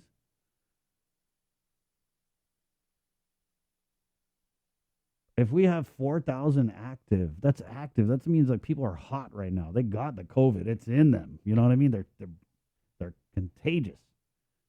So if we have 4,000 active cases, that's not even considering how many people have it, right? Because only so many people can jump through all the hoops they have for the testing. And according to this, I mean, you're going to be missing anywhere from 5 to 10 days, 4,000 people. What's the impact? Right, sir? How are we even alive right now? I mean, there should be cars abandoned on the road, still running. You know, like the zombie movies when they're like, where did everyone go? Oh, they're in isolation because public health came out with their crazy choose-your-own-adventure isolation policy. Right, sir? I mean, with 4,000 active, and all these people got to stay home for anywhere 5 to 10 days. It's got to be crazy. But it's not. So what does that tell you? That tells me people who are sick are going to work. That's what that tells me. And I don't blame them. You just cannot afford. That's the reality that the governor, that's the reality that Lieutenant Governor Josh, that the senators, I'm pretty sure a lot of them, they don't live in the same reality we do because they're established, right? You don't become a governor or a lieutenant governor if you're worried about day-to-day living, the paycheck to paycheck. Hell no, these guys are good. They're good already. They don't worry about the troubles of ants, right? That's what we are. We're just little ants, little worker ants, right? They don't care if we have to miss 5 days and don't get paid for it, right? Because they're the bosses. So whose side do you think they're going to come down on? Not on our side. But again, what was that? My favorite pandemic saying, it is what it is. It is, guys. I'm getting emotional here because it's scary. It is. You have people who are sick who have no choice. They cannot follow your freaking. They can't follow this. They can't. They can't afford to. So what's going to happen is they're going to put people at risk because they got to put food on the table. That's the reality. They have to put food on the table. They can't miss 1 day. They can't miss half a day. They got to keep working. Runny nose, sniffles, mild, severe, whatever. They got to go to work. That's the reality. Not like the governor, lieutenant governor, senators. Oh, they don't want to go to work. They can take 6 months. They can go move off island for 6 months. Whatever. There's no consequences at all. Governor, if she don't feel like it, she could go to D.C. 5 days, 10 days. Lieutenant Governor Josh, he got a pimple on his forehead. He could stay home. So do they even get this at all? But you guys should get paid. We've got all this ARP money. I mean, they want to blow $300 million on a new hospital.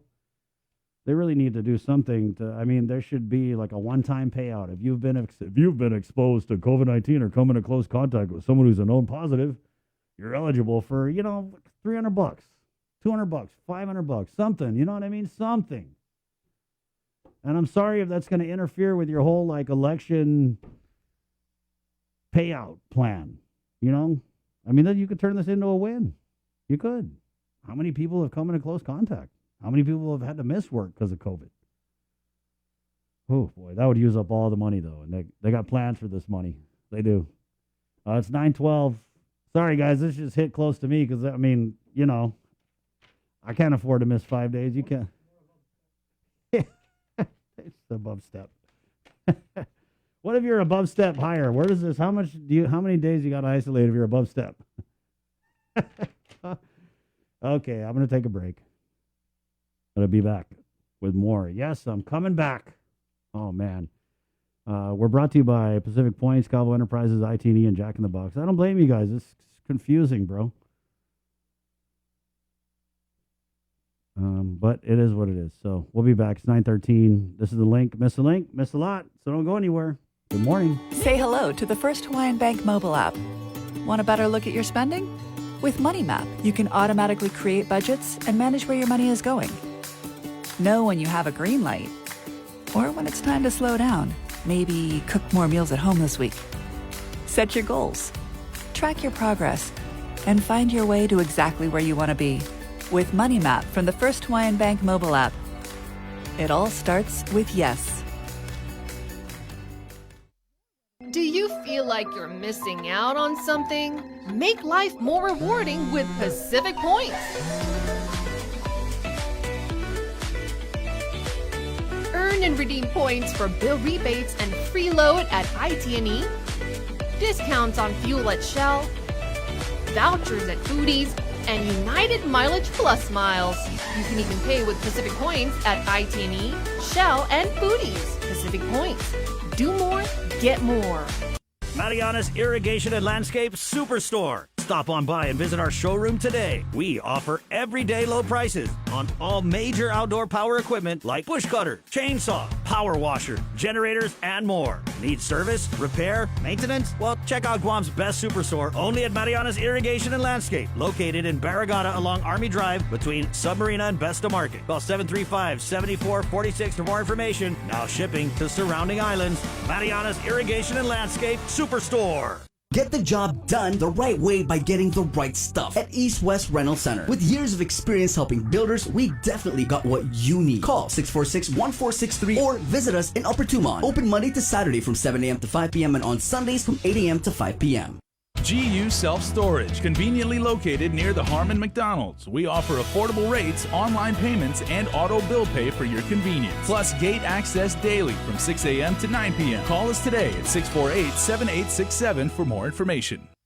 The relationship between Guam and Manila, Philippines is undeniable as we share similar cultural traditions, history, and heritage. With generations of Filipinos calling Guam home, KUAM presents a monthly look at the capital city featuring in-depth and engaging interviews on everything from medical tourism to new business and government leaders. Veteran newscaster Nestor Lecanto delivers Beyond Our Borders. This special program is brought to you by KFC and the Medical City, where patients are partners.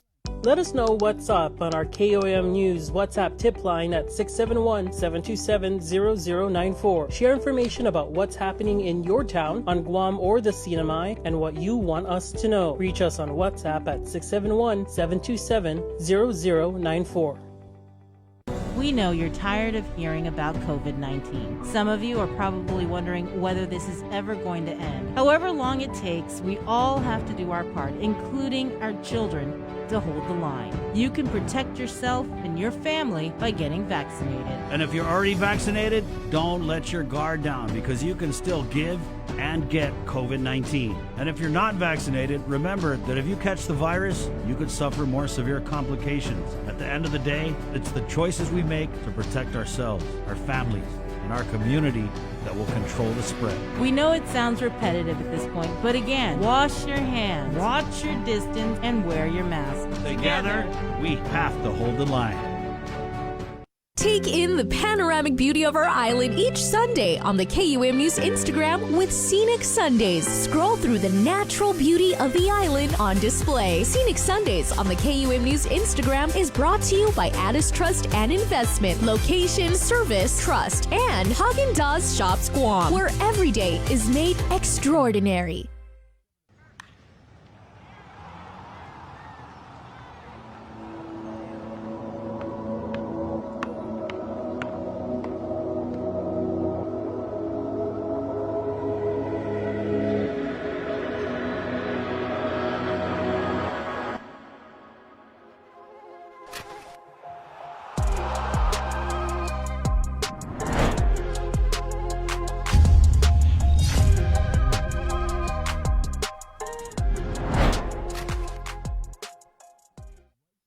KUAM's multi-platform morning show, The Link, just got a little more delicious with Feed Me Fridays. Chris, Sabrina, Jason, and the rest of the morning crew will take some time off each Friday to talk, taste, and tempt you with all the latest and greatest food and drinks on Guam. Old faves, new hits, and everything else we can put in our bellies. It's Feed Me Fridays on The Link. Brought to you by King's Restaurants, Ruby Tuesday Guam, and Devondale. Real milk from free grazing cows. This season, KUAM Communications is ready to go with more games, more championships, and more sports specials guaranteed to bring out the fan in you. Don't miss a minute of gameplay from NBC on KUAM TV8 or from CBS on KUAM TV11. We're bringing you all the action and excitement brought to you locally by Mariana's Irrigation and Landscape and Dokumu Pacific. The KUAM Podcast Network is back and on demand, featuring a great variety of podcasts from our island and region, including culture, lifestyle, awareness, crime, politics, commentary, comedy, and entertainment. Available on most streaming platforms. The KUAM Podcast Network. Subscribe and listen now.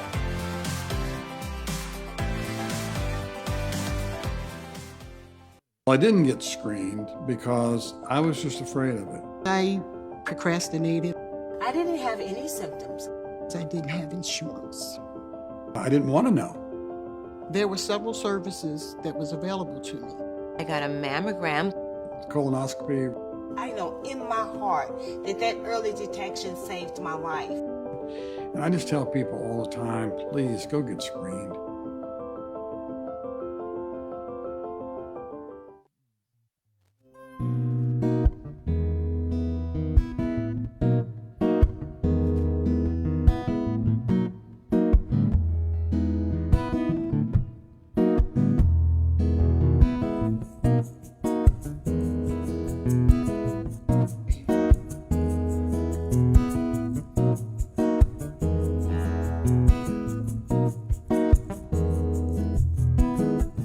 Down in Jamaica, they got lots of pretty women. Steal your money and they break your heart. Oh, but lonesome Sue, she's in love with old Sam.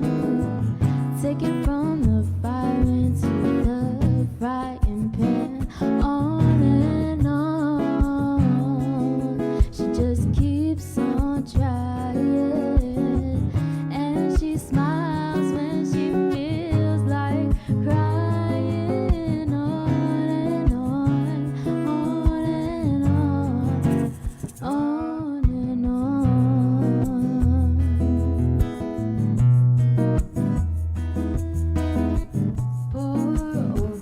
Good morning.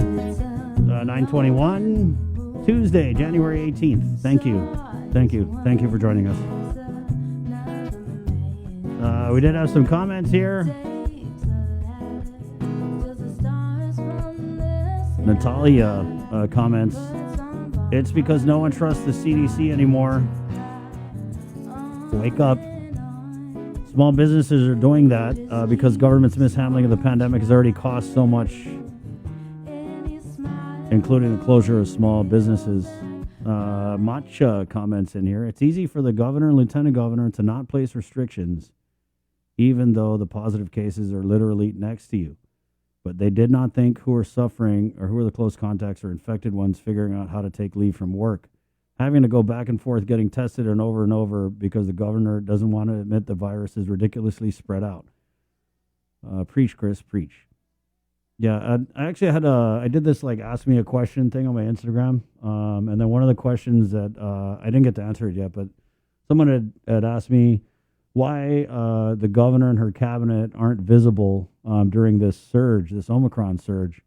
And I mean, I'll just go ahead and answer it here. Well, they weren't visible during the Delta surge, which was right. People were dying. I still can't wrap my head around that.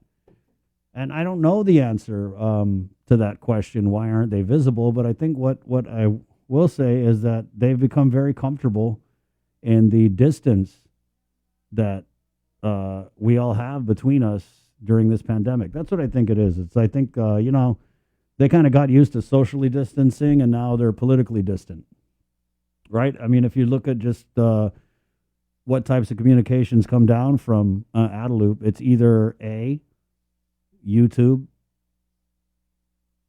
Facebook, Instagram videos, pre-produced on us.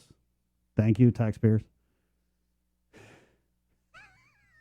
That's the ultimate irony, is we are paying them to come out with one-sided, basically, propaganda, right? Because a lot of this stuff, informationally, the information is not necessarily there, but what you do see in these videos is they're like high-produced, like, you know, I mean, this is like Hollywood stuff, right? They got the governor hitting the light, hitting her, you know, she's looking, that's what it is, guys. And so to me, the ultimate irony is that we're paying for this stuff. But yeah, so it's either social media, which again is a one-way communication, right? You cannot ask these videos a question. And then to even sort through what little information they do provide to get to a question is a whole other matter. And then the other communication that we see from this administration is via WhatsApp. You guys know you have like a work chat, right? Who's not in a group chat nowadays? That's basically how we get our information from Adaloop. There's a chat. And the communications director just sends these things. And those two methods of communication are what we get. That's how we get our information. Public Health has a weekly press conference, right? But the governor hasn't had a press conference in God knows how long. I mean, she didn't even want to come out during the Delta. So I think that they kind of got comfortable during these last couple of years in just the distance, right? Because, you know, we in the media, we couldn't go and knock on the governor's door and say, hey, what about this? What about that? Right. And I think they're just still in that mode, which is very beneficial to them because they don't have to answer all these questions that we have. Right. We got so many questions. And so the minute that they pop out in a format where it's accessible and you can ask them stuff, it's very limited. And so what we in the media have to do is we basically have to, and this is not how it was under Governor Calvo or even under Governor Camacho, right? If you wanted the governor, you would say, hey, can I get the governor? They'd be like, yeah, come by at 1 o'clock or whatever. And you'd have a sit down and you'd be able to ask the governor all the questions. Nowadays, how it works is, okay, the governor's going to be at the UOG field house. Okay, so anybody got any questions for the governor? And so you send your reporter to that opportunity where the governor or the lieutenant governor is there. And they're always there for something else, right? They're there to get your jobs and all that stuff. And so they'll have us say, oh, anybody any questions? But, I mean, by the time you get to like the third question, or if the questions are a little uncomfortable, then Crystal will just start cutting. Oh, no, we got to go. There's someone over here that we got to go to. And then it's over. And it's over. And then you sit there, you go back to the station, you listen to this tape of the governor, lieutenant governor speaking, and you have way more questions based on what they said. But you're just stuck. And it's the same thing with the WhatsApp. I don't know how many times that I've gotten like a WhatsApp message from the governor's office, and you're like, wait a minute, what about this? And this and this and this. And they'll answer like one thing and they'll just leave you on red. Like it's totally normal to be left on red by this administration, which to me, it's a farce. That's not communications. It's not. It's definitely not. And it's a life and death pandemic. Communications has got to be key. And it's not because people are confused by this type of stuff. They're confused about testing. They're just confused about everything because the messaging and the communication is not consistent. So that's why they're not coming out. There you go. 9:26. Let's go ahead and head into the K-Wave News Zoom room, guys. This is the link. Good morning. My name is Chris. Robert Celestial joins us. I like to keep in touch with Robert because we're really trying to walk this radiation compensation for the downwinders all the way through to the finish line. And there's a lot of people on Guam, right? Yes. Who are eligible for this stuff, Robert. And so that's why I always try and every couple weeks I try and shoot you a text. Hey, is there an update? And so you're on this morning because there is an update. You were in a Zoom meeting last week, Robert? Yes, we were in a Zoom meeting. We have a Zoom meeting with Frontline Community Group, folks from New Mexico, Idaho, Utah, the Navajo Nation. And what we do is that we talk about our next step, what we've done, what's going on, who we're going to meet.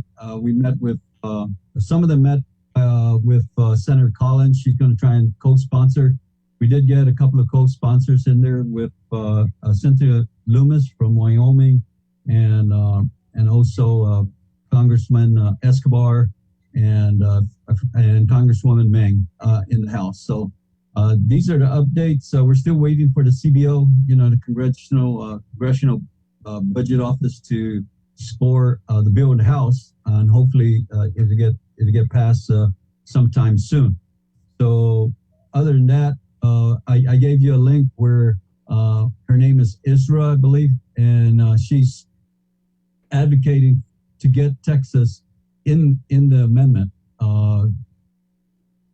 So that's good news for us because we talked to her and everything, and we really need El Paso to be included because Senator Ted Cruz, Senator Cornyn is in the Judiciary Committee, right? And so that will help tremendously, and we won't have any fallback if I believe that Ted Cruz is in there. Well, for what's been going on in the House Judiciary Committee. So we're also trying to get from Utah, Senator Romney and Senator Lee to co-sponsor the Senate bill, and that's where we're at today. I just want to let the people of Guam know, and the members of PARS, we're going to have a Zoom meeting this Friday. If anybody wants to join our meeting, and we're going to try and plan for the next general membership. So that's where we're at. And I'd like to give not only an update, but for those folks who don't know what the Radiation Exposure Compensation Act, it's for the people of Guam who were kept in the dark for so many years that we were inundated with nuclear fallout from the Marshall Islands from 1946 to 1962. And a lot of people were here and were affected. And if you have the compensable diseases of cancer and chronic diseases, then you might be eligible to apply for the compensation when Guam and Idaho and New Mexico and other states in this 2021 amendment is passed. So the benefits are, Chris, is that just like is free medical care and $150,000 compensation to those who qualify. So that's why we've been pushing so hard for 20 years. It's taken 20 years, and we're still in the ball game. We're probably in the last inning. Oh, we're in the ninth inning, Robert. Right on. Yeah, we're in the ninth inning, man. But we still have three more outs. But July 9th of this year, we have February, March, April, May. We have 5 more months before this program ends. Right. We've asked Jerry Naller, like I wrote to you, met with Senator Grassley, and he talked about an extension. It looked good, but we really don't want an extension. The frontline community came up and said, we really don't want an extension because extension would just make it fall right back to where it was, and people forget about it, and then in the last minute they'll try and pick it up again. So that's the strategy we're trying to say is like they've got to pass it. They got to pass it soon. Yeah.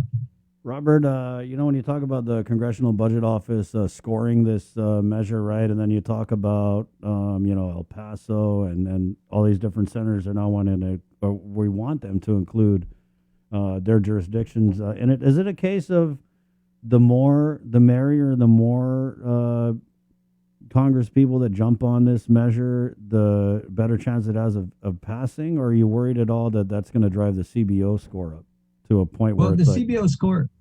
The CBO score is important, yes. However, we've had talks with staffers, and we believe that if for the past 20 years they've only spent $2 billion for that they released for the compensation for RICA for those that were eligible, $2 billion, and our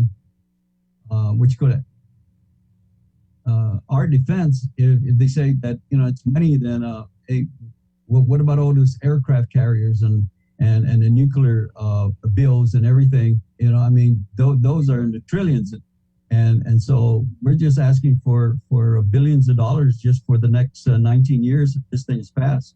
And so, but the strategy is that if we could get Texas and Romney and Lee and these guys to co-sponsor, then we have a greater chance, because then Texas is going to be included, El Paso, and hopefully we'll get the ball moving.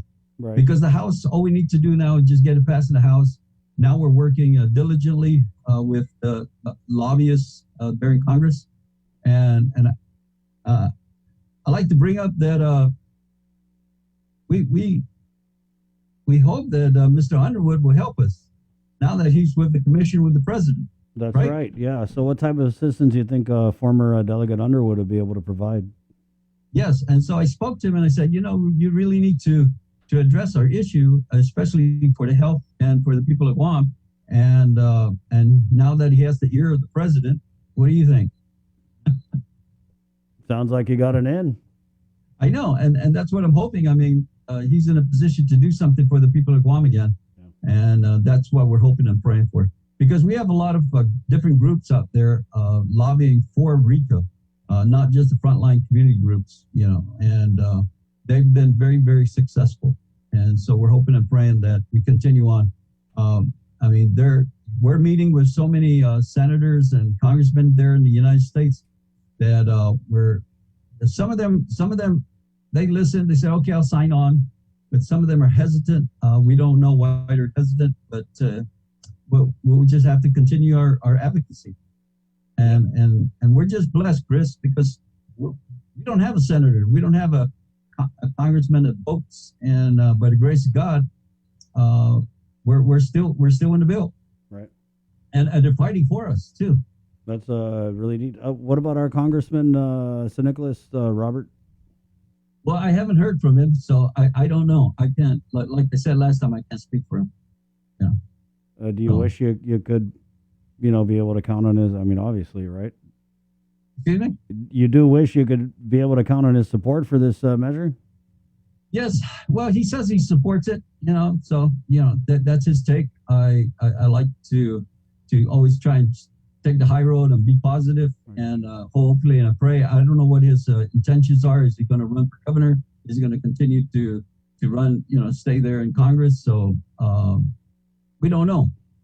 And this is an election year, and it's very important. This is a very important issue for the people of Guam. Yeah. And I want to thank a lot of people, especially the members of PARS. They've been hanging on. And the legislature's been doing a great job. The governor has supported us. So we want to just thank Senator Crapo, Senator Lujan, Congresswoman Teresa Fernandez.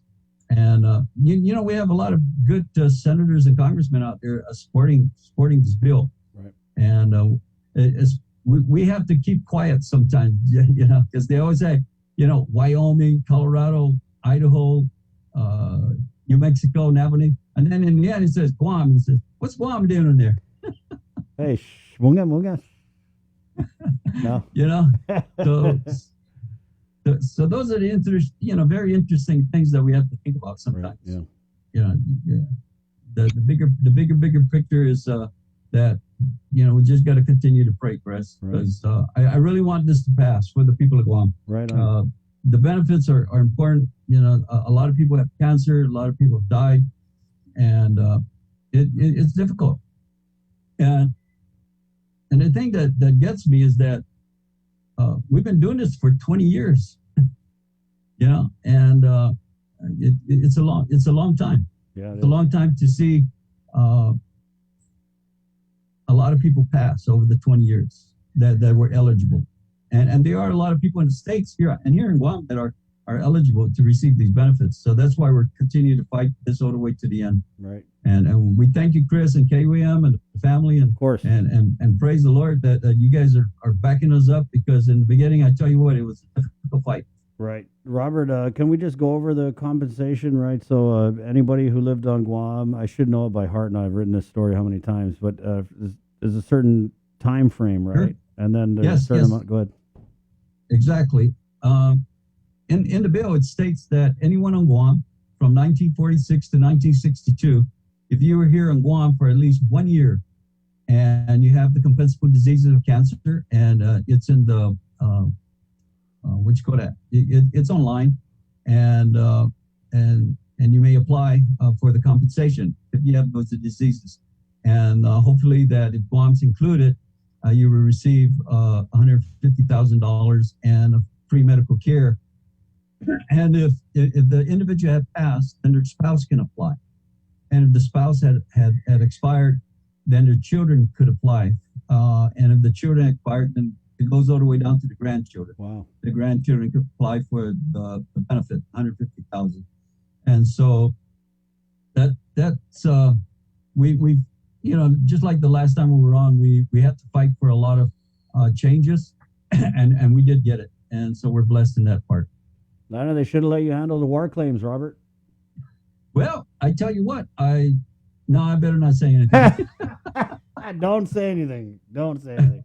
Yeah, it's under water under the bridge, man. Yeah. Ooh, I It's know what still you were. floating. I know what you were going to say though, but we're good. We're good, Robert. Hey, man. Thank you. Thank It's you.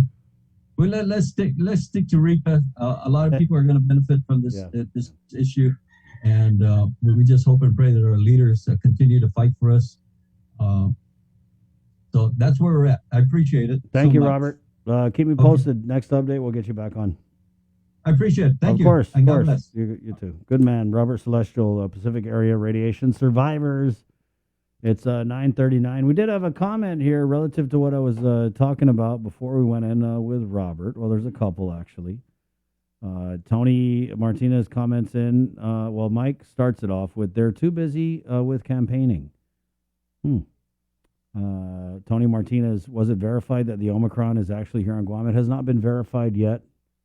Okay. But if you talk to the chief medical officer for public health, he said, I want to say over a month ago, that he believed it was already here. Dr. Hoa, the former chair of the Physicians Advisory Group, says, yeah, if you look at the case counts and how they multiply, it's already here. The governor said she's preparing as if it's already here. Dr. Nathaniel Berg said pretty much it's here. So while they haven't got an official result yet that I know of, everybody seems to be on the same page that it is Omicron. David comments, yeah, vote for them again. Sarcasm. Guys, go register to vote. Guam Election Commission. You could do it on their website. You don't even have to go anywhere. You don't have to touch anything. You don't have to touch anyone. But if you're craving that contact, not like close contact, guys, you can go to the GEC offices in Okatamuning. Rosemary comments in here. What is wrong with weekly press conferences that were done in the beginning of the pandemic?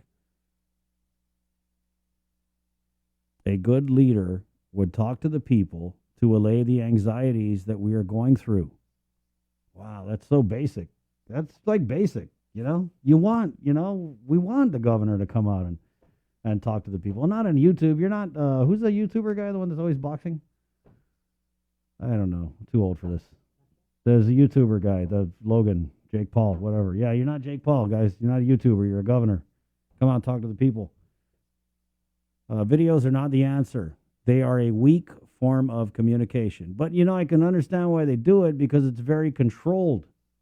It is. And there's someone over there in Adloop's a real control freak, because they're really controlling like the interactions. And with a video, you control it from start to finish. There's no pesky KUAM person asking a difficult question, or, someone from the Post. Or that's the whole thing with these videos, is I feel like we're being talked at. You know what I mean? They're not talking to us. They're talking at us. They're like, hey, watch this. If you have any questions, put it in the comments, and it'll die there. So, yeah, that's what it is, Rosemary. Thank you for your input here. Facebook Live, thank you guys so much. We're going to take a break. It's 9:41, Tuesday, January 18th. This is The Link. Good morning. The KUAM Podcast Network is back and on demand, featuring a great variety of podcasts from our island and region, including culture, lifestyle, awareness, crime, politics, commentary, comedy, and entertainment. Available on most streaming platforms. The KUAM Podcast Network. Subscribe and listen now.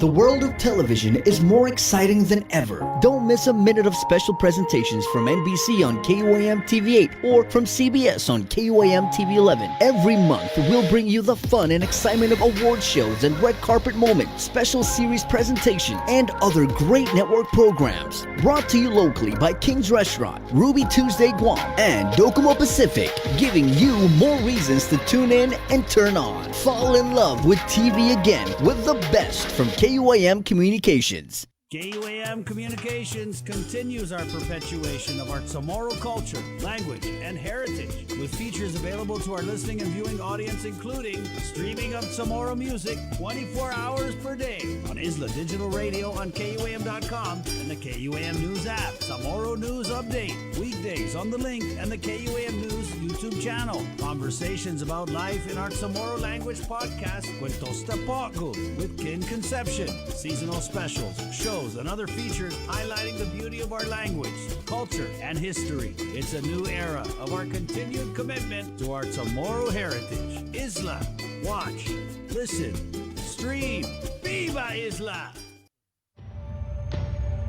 Listen, watch, and learn from the daily Chamorro news updates from KUAM News. Catch them on The Link during the 8 o'clock hour, streaming online on Isla Radio, or on the KUAM News YouTube channel for your convenience. Tune in and stay informed, all while preserving our precious culture through the daily use of our native Chamorro language. Chamorro news updates are brought to you by your familia at First Hawaiian Bank. Let us know what's up on our KOM News WhatsApp tip line at 671-727-0094. Share information about what's happening in your town, on Guam or the Tsunami, and what you want us to know. Reach us on WhatsApp at 671-727-0094. See what's on TV tonight with schedules, network news and notes, local promotions and giveaways on KUAM Communications social media pages. Like and follow us on Facebook or Instagram now for all the latest and never miss out.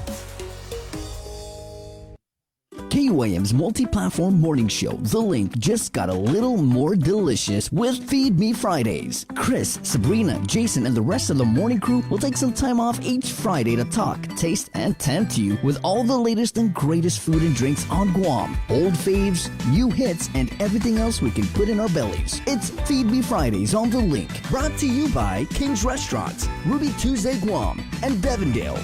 Real milk from free grazing cows.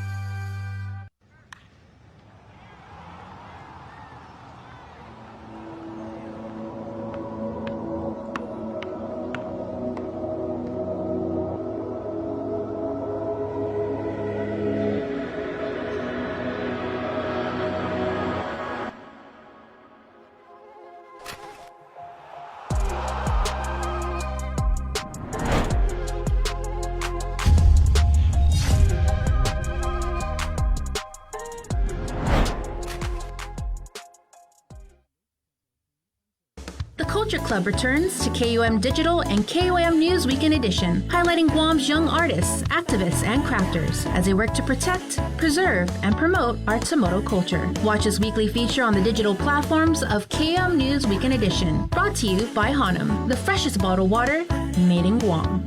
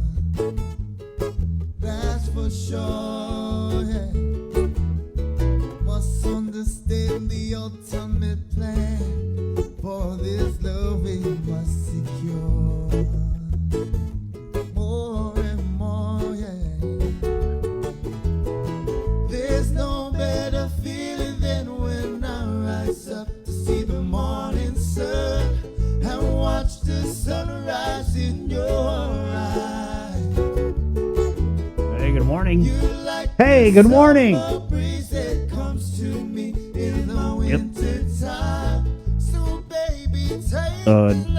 News from T-Den here.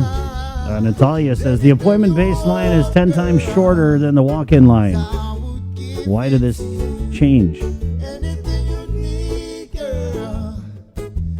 Well, people want to get tested, and they said that the appointment appointment-based system would just make everything easier, right? I don't know if easier for us or them or who. It's supposed to make it easier, but people are just showing up to be tested because the governor said that testing was like it's test, track, and treat. That's what she said when she was talking about preparing for the super typhoon. And so people want to get tested, right? Man, and that appointment based. You had a comment here. It seems like they want more positive cases. I disagree. I think the appointment-based system would lead to less positive cases because it's such a hassle. Well, people think, I'm not saying it's a hassle. I get it, right? You fancy internet people. You're like, it's just 3 clicks and you're in. What's the big deal? But I guess it's a big deal to a lot of other people who just, for whatever reason. I mean, it's 2 years of doing the same thing. We've been showing up to get tested. And then you change it at like the worst time ever when we're facing the super typhoon, right? So it is what it is, guys. And then there's the guidance here, which we posted up. It's on our KUM News Instagram, guys. So if you're a close contact, right? And then it's all fuzzy because, okay, so people ask me, hey, do we go get tested, right? And then a lot of people are sick, but they're testing negative, but they're being told to come back and test again X amount of days later, right? And this is probably mostly at the clinic level. And so that means that they're missing a lot of work, right? Maybe you have a kid who's sick and you take them to go get tested and they're negative, but then the doctor says, I'll come back in 3 days, right? Because they just it's something about catching that perfect window when you've got all the Omicron cooties in you. And so now what? Now you got to stay home with your kid and then they test positive. You got to stay home even more. So we were talking about this this morning, guys. Thank you. But one of the stats from the JIC last night was, did you see the hospitalizations, sir? I mean, it is what it is. I'm not coming down one way or the other, but just factually speaking, there were 25 hospitalizations, 20 of them vaccinated, 5 unvaccinated, right? And of course, people are going to look at that, and it is what it is. They're going to come away with, well, maybe I don't need to get the vaccine if you're going to end up in the hospital. It's totally reasonable for you guys to say that, right? And if you're saying that, then there should be an accompanying voice from public health saying, no, this is what it is. And they have tried to explain this deal with the vaccination. They say like, oh, because there's 90% of our people who are vaccinated, then representatively more of them will be in the hospital because there's just more of them. I don't know, laughing. That's what they said. Yeah. And so, but the thing also is that you got a lot of people who are so-called vaccinated, but they haven't got that extra jab, the booster, right? So you could be like fully vaccinated and you haven't been, juiced up with the booster yet. 4 or 6 months later, you're basically like, you're nothing. You're nothing. You're exposed, right? And so, I don't know. They should be coming out and saying, oh, everybody who's hating on the vaccine, all you crazy anti-vaxxers, I know you see 20 vax in the hospital and you're just going to run with it, but this is why. And that is what they have said, is that there's so many people who are vaccinated that, of course, because they represent a larger chunk of the people, they would represent a larger chunk of the hospitalizations, but they're like that large? Like 4 to 1? Pretty crazy. 951. Yeah, it is. Arthur comments in here, dude, totally get this, bro. It's possible to test too soon. Yes, totally. You can test 1 day too soon and test negative, test again another day, and it's positive. Yeah, it's nuts, bro. But you know what our people are doing? Let me tell you what our people are doing. They're going to the clinic. They're testing negative. They're like, hallelujah, yes, let me go home and lick everything and touch everyone's faces because I'm negative. But they're telling them, hey, you still got to get tested in 3 days or whatever. And they're telling them, like, this thing says that you're supposed to stay home. Right? If you're not fully vaccinated, you're a close contact, you must quarantine at least 10 days. Okay? Even fully vaccinated, but you haven't got a booster, if you come in a close contact, you must quarantine for 5 days. Or you should. I'm sorry, you should. Oh, that's nice. You should, but you're probably not going to. You're probably not even. And if you're not going to follow the you should, then of course you're not going to follow the you must. So, good morning. Mary comments in here. We hear this all the time, unfortunately. Tested last week, Thursday. Never notified regarding the results. Yeah, you're like, man, Mary, I had someone last week who was messaging me all over. Hey, I didn't get my results. Hey, I didn't get my results. And I don't know, again, you guys know the whole history with public health. Like, that's how petty. I mean, that's how petty this is. It's crazy. We're in a public health emergency, and none of the cabinet members are allowed to come on the link. Public health is not allowed to come on. I mean, that's how petty. It's like, dude, it's public health emergency. You're totally welcome. Please come on and talk for as long as you want.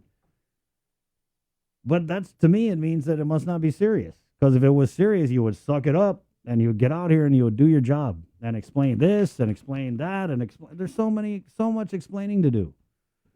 But since they're busy, probably just dealing with the 5 million active cases we have, they don't come on. But that's why they have spokespeople. Anyway, so it is what it is. I'm not going to complain too much about it. I just want to note it for the record and say that's how petty. That is how petty we are being. Because we're still holding on to a typo we had last year, all the way up to now. It's crazy. And you know what's crazy is when I talk to these PIOs that work in the government of Guam, and I'm talking like all the way from Adelup down to the lowliest of the lowliest PIO. They want to come on. They want to come on here and they want to explain things and they want to give you guys information, and they know that it's hurting their cause. Their cause, I mean, the people who are like really doing the work here, they want to save lives. They do. They're not concerned about the political BS, all the other stuff that Dr. Hoa complained about when he was on the Physicians Advisory Group. They want to do stuff to make it better. And I know because they tell me, they're like, man, I wish we could come on. I wish we could explain that. I wish we could do this. It's so basic. Like, in a public health emergency, they should be a regular fixture here. They should have their own chair on the link. They should have their own chair on every other talk show in the morning. It's just how it should be, right? We shouldn't have to go on for 4 hours and, talk about this and all these other issues. The comment here where a true leader speaks to the people and allays their anxieties. This is a comment from Rosemary. I just want to read this out here. What is wrong with weekly press conferences that was done in the beginning of the pandemic? A good leader would talk to the people to allay their anxieties that we are going through. And I get it. The governor's not the best communicator. She's not. No one would ever say she's a great speaker, right? But who cares? You're the governor. It doesn't matter if people just want to hear. Like, Rosemary is a very big critic, right? There's a lot to be critical about. But at the end of the day, we want them to come out because people are confused. They're anxious. They're frustrated. Nothing makes sense. It doesn't make sense to us that, this whole pandemic, it's like we're trained to freak out at 300 positives and now we're getting it and no one's doing anything. People just can't put it together in their head. And it's causing a lot of mental health issues, right? This is all part of it. The government's ineptitude when communicating messages and communications consistently is a failure that is directly affecting the people of Guam's mental health. I said it. It's a fact. It's reality. When you look at this, when you look at all these other things that don't make any sense, and it affects your daily life, this stuff doesn't make sense, but you got to miss 10 days of work. Of course it's going to affect your mental health. 9:57. Let's go to play Cover Me, and then we'll just go. Okay, because I don't want to say anything else. Just kidding. I want to go on and on. I want to go till 12, but we can't, so we won't. Burger King. Guys, you know what's a silver lining today? Burger King. Thank you, Burger King. Oh, wait, it's not Monday. I thought it was Monday. Well, Drive-Thru Monday was yesterday, so Martin Luther King, I hope you got you a free Whopper. All right, you can check out their Italian chicken sandwich. It's all the time. Drive-Thru Monday. Set your calendar for next week, Monday. Every 10th car in the drive-thru gets a free Whopper. And I got to tell you, I had a Whopper on Friday. Man, did you get one of those, sir? Yes, sir. Yeah, I had. This is a funny story. So Jason was like, I'm going to treat the Burger King. This is Friday. And I didn't get to go to the gym. Usually I wake up at 4 in the morning, but I missed it Friday morning. So what I did is right after we got off the show, I sped down to Custom Fitness. I pounded out a workout. And then I came right back here. And I wasn't even back for 5 minutes. I was stuffing a big Whopper in my face. That's how you do it right there. Right, with onion rings and chicken tenders. Ooh, boy, it was so good. Oh, there's something about that. I don't know what it is. It's a smoky flavor, but I love the mayo and the juice, and it gets all in there. It's just something, bro. It's not just something. It's Burger King. Okay? Thank you, guys. Pacific Points, Cabo Enterprises, ITNE, and Jack in the Box. Cover Me with Micah Manaitai. This kid is awesome. He's out in California. It's tomorrow, obviously. And here's a great live cut for Burger King's Cover Me. It's also brought to you by Docomo Pacific for Sabrina, Joe, Sir, Jason. My name is Chris. This has been The Link. Hasta. Adios. 2, 3, yeah.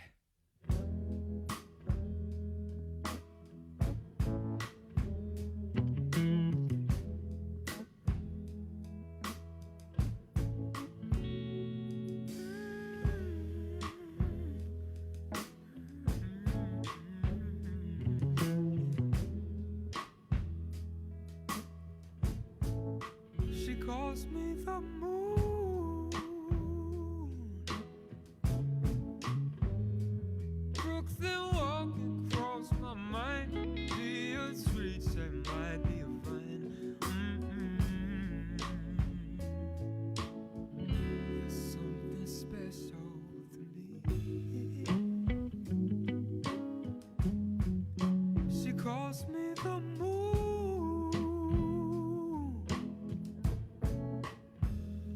She's extraordinary queen. She sees God even in me.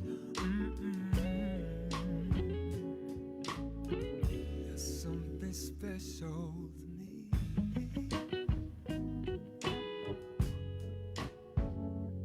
And when darkness claims the room,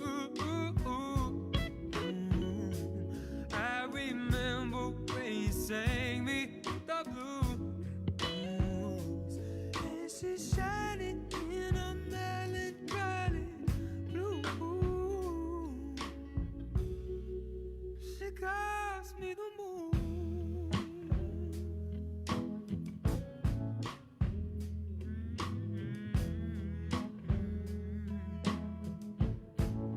She wrote me her language, and we speak it on our own.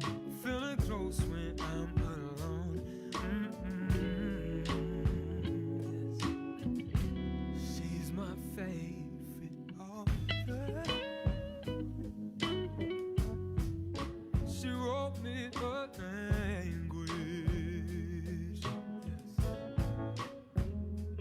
And it rolls right off the tongue. It could be spoken, could be sung.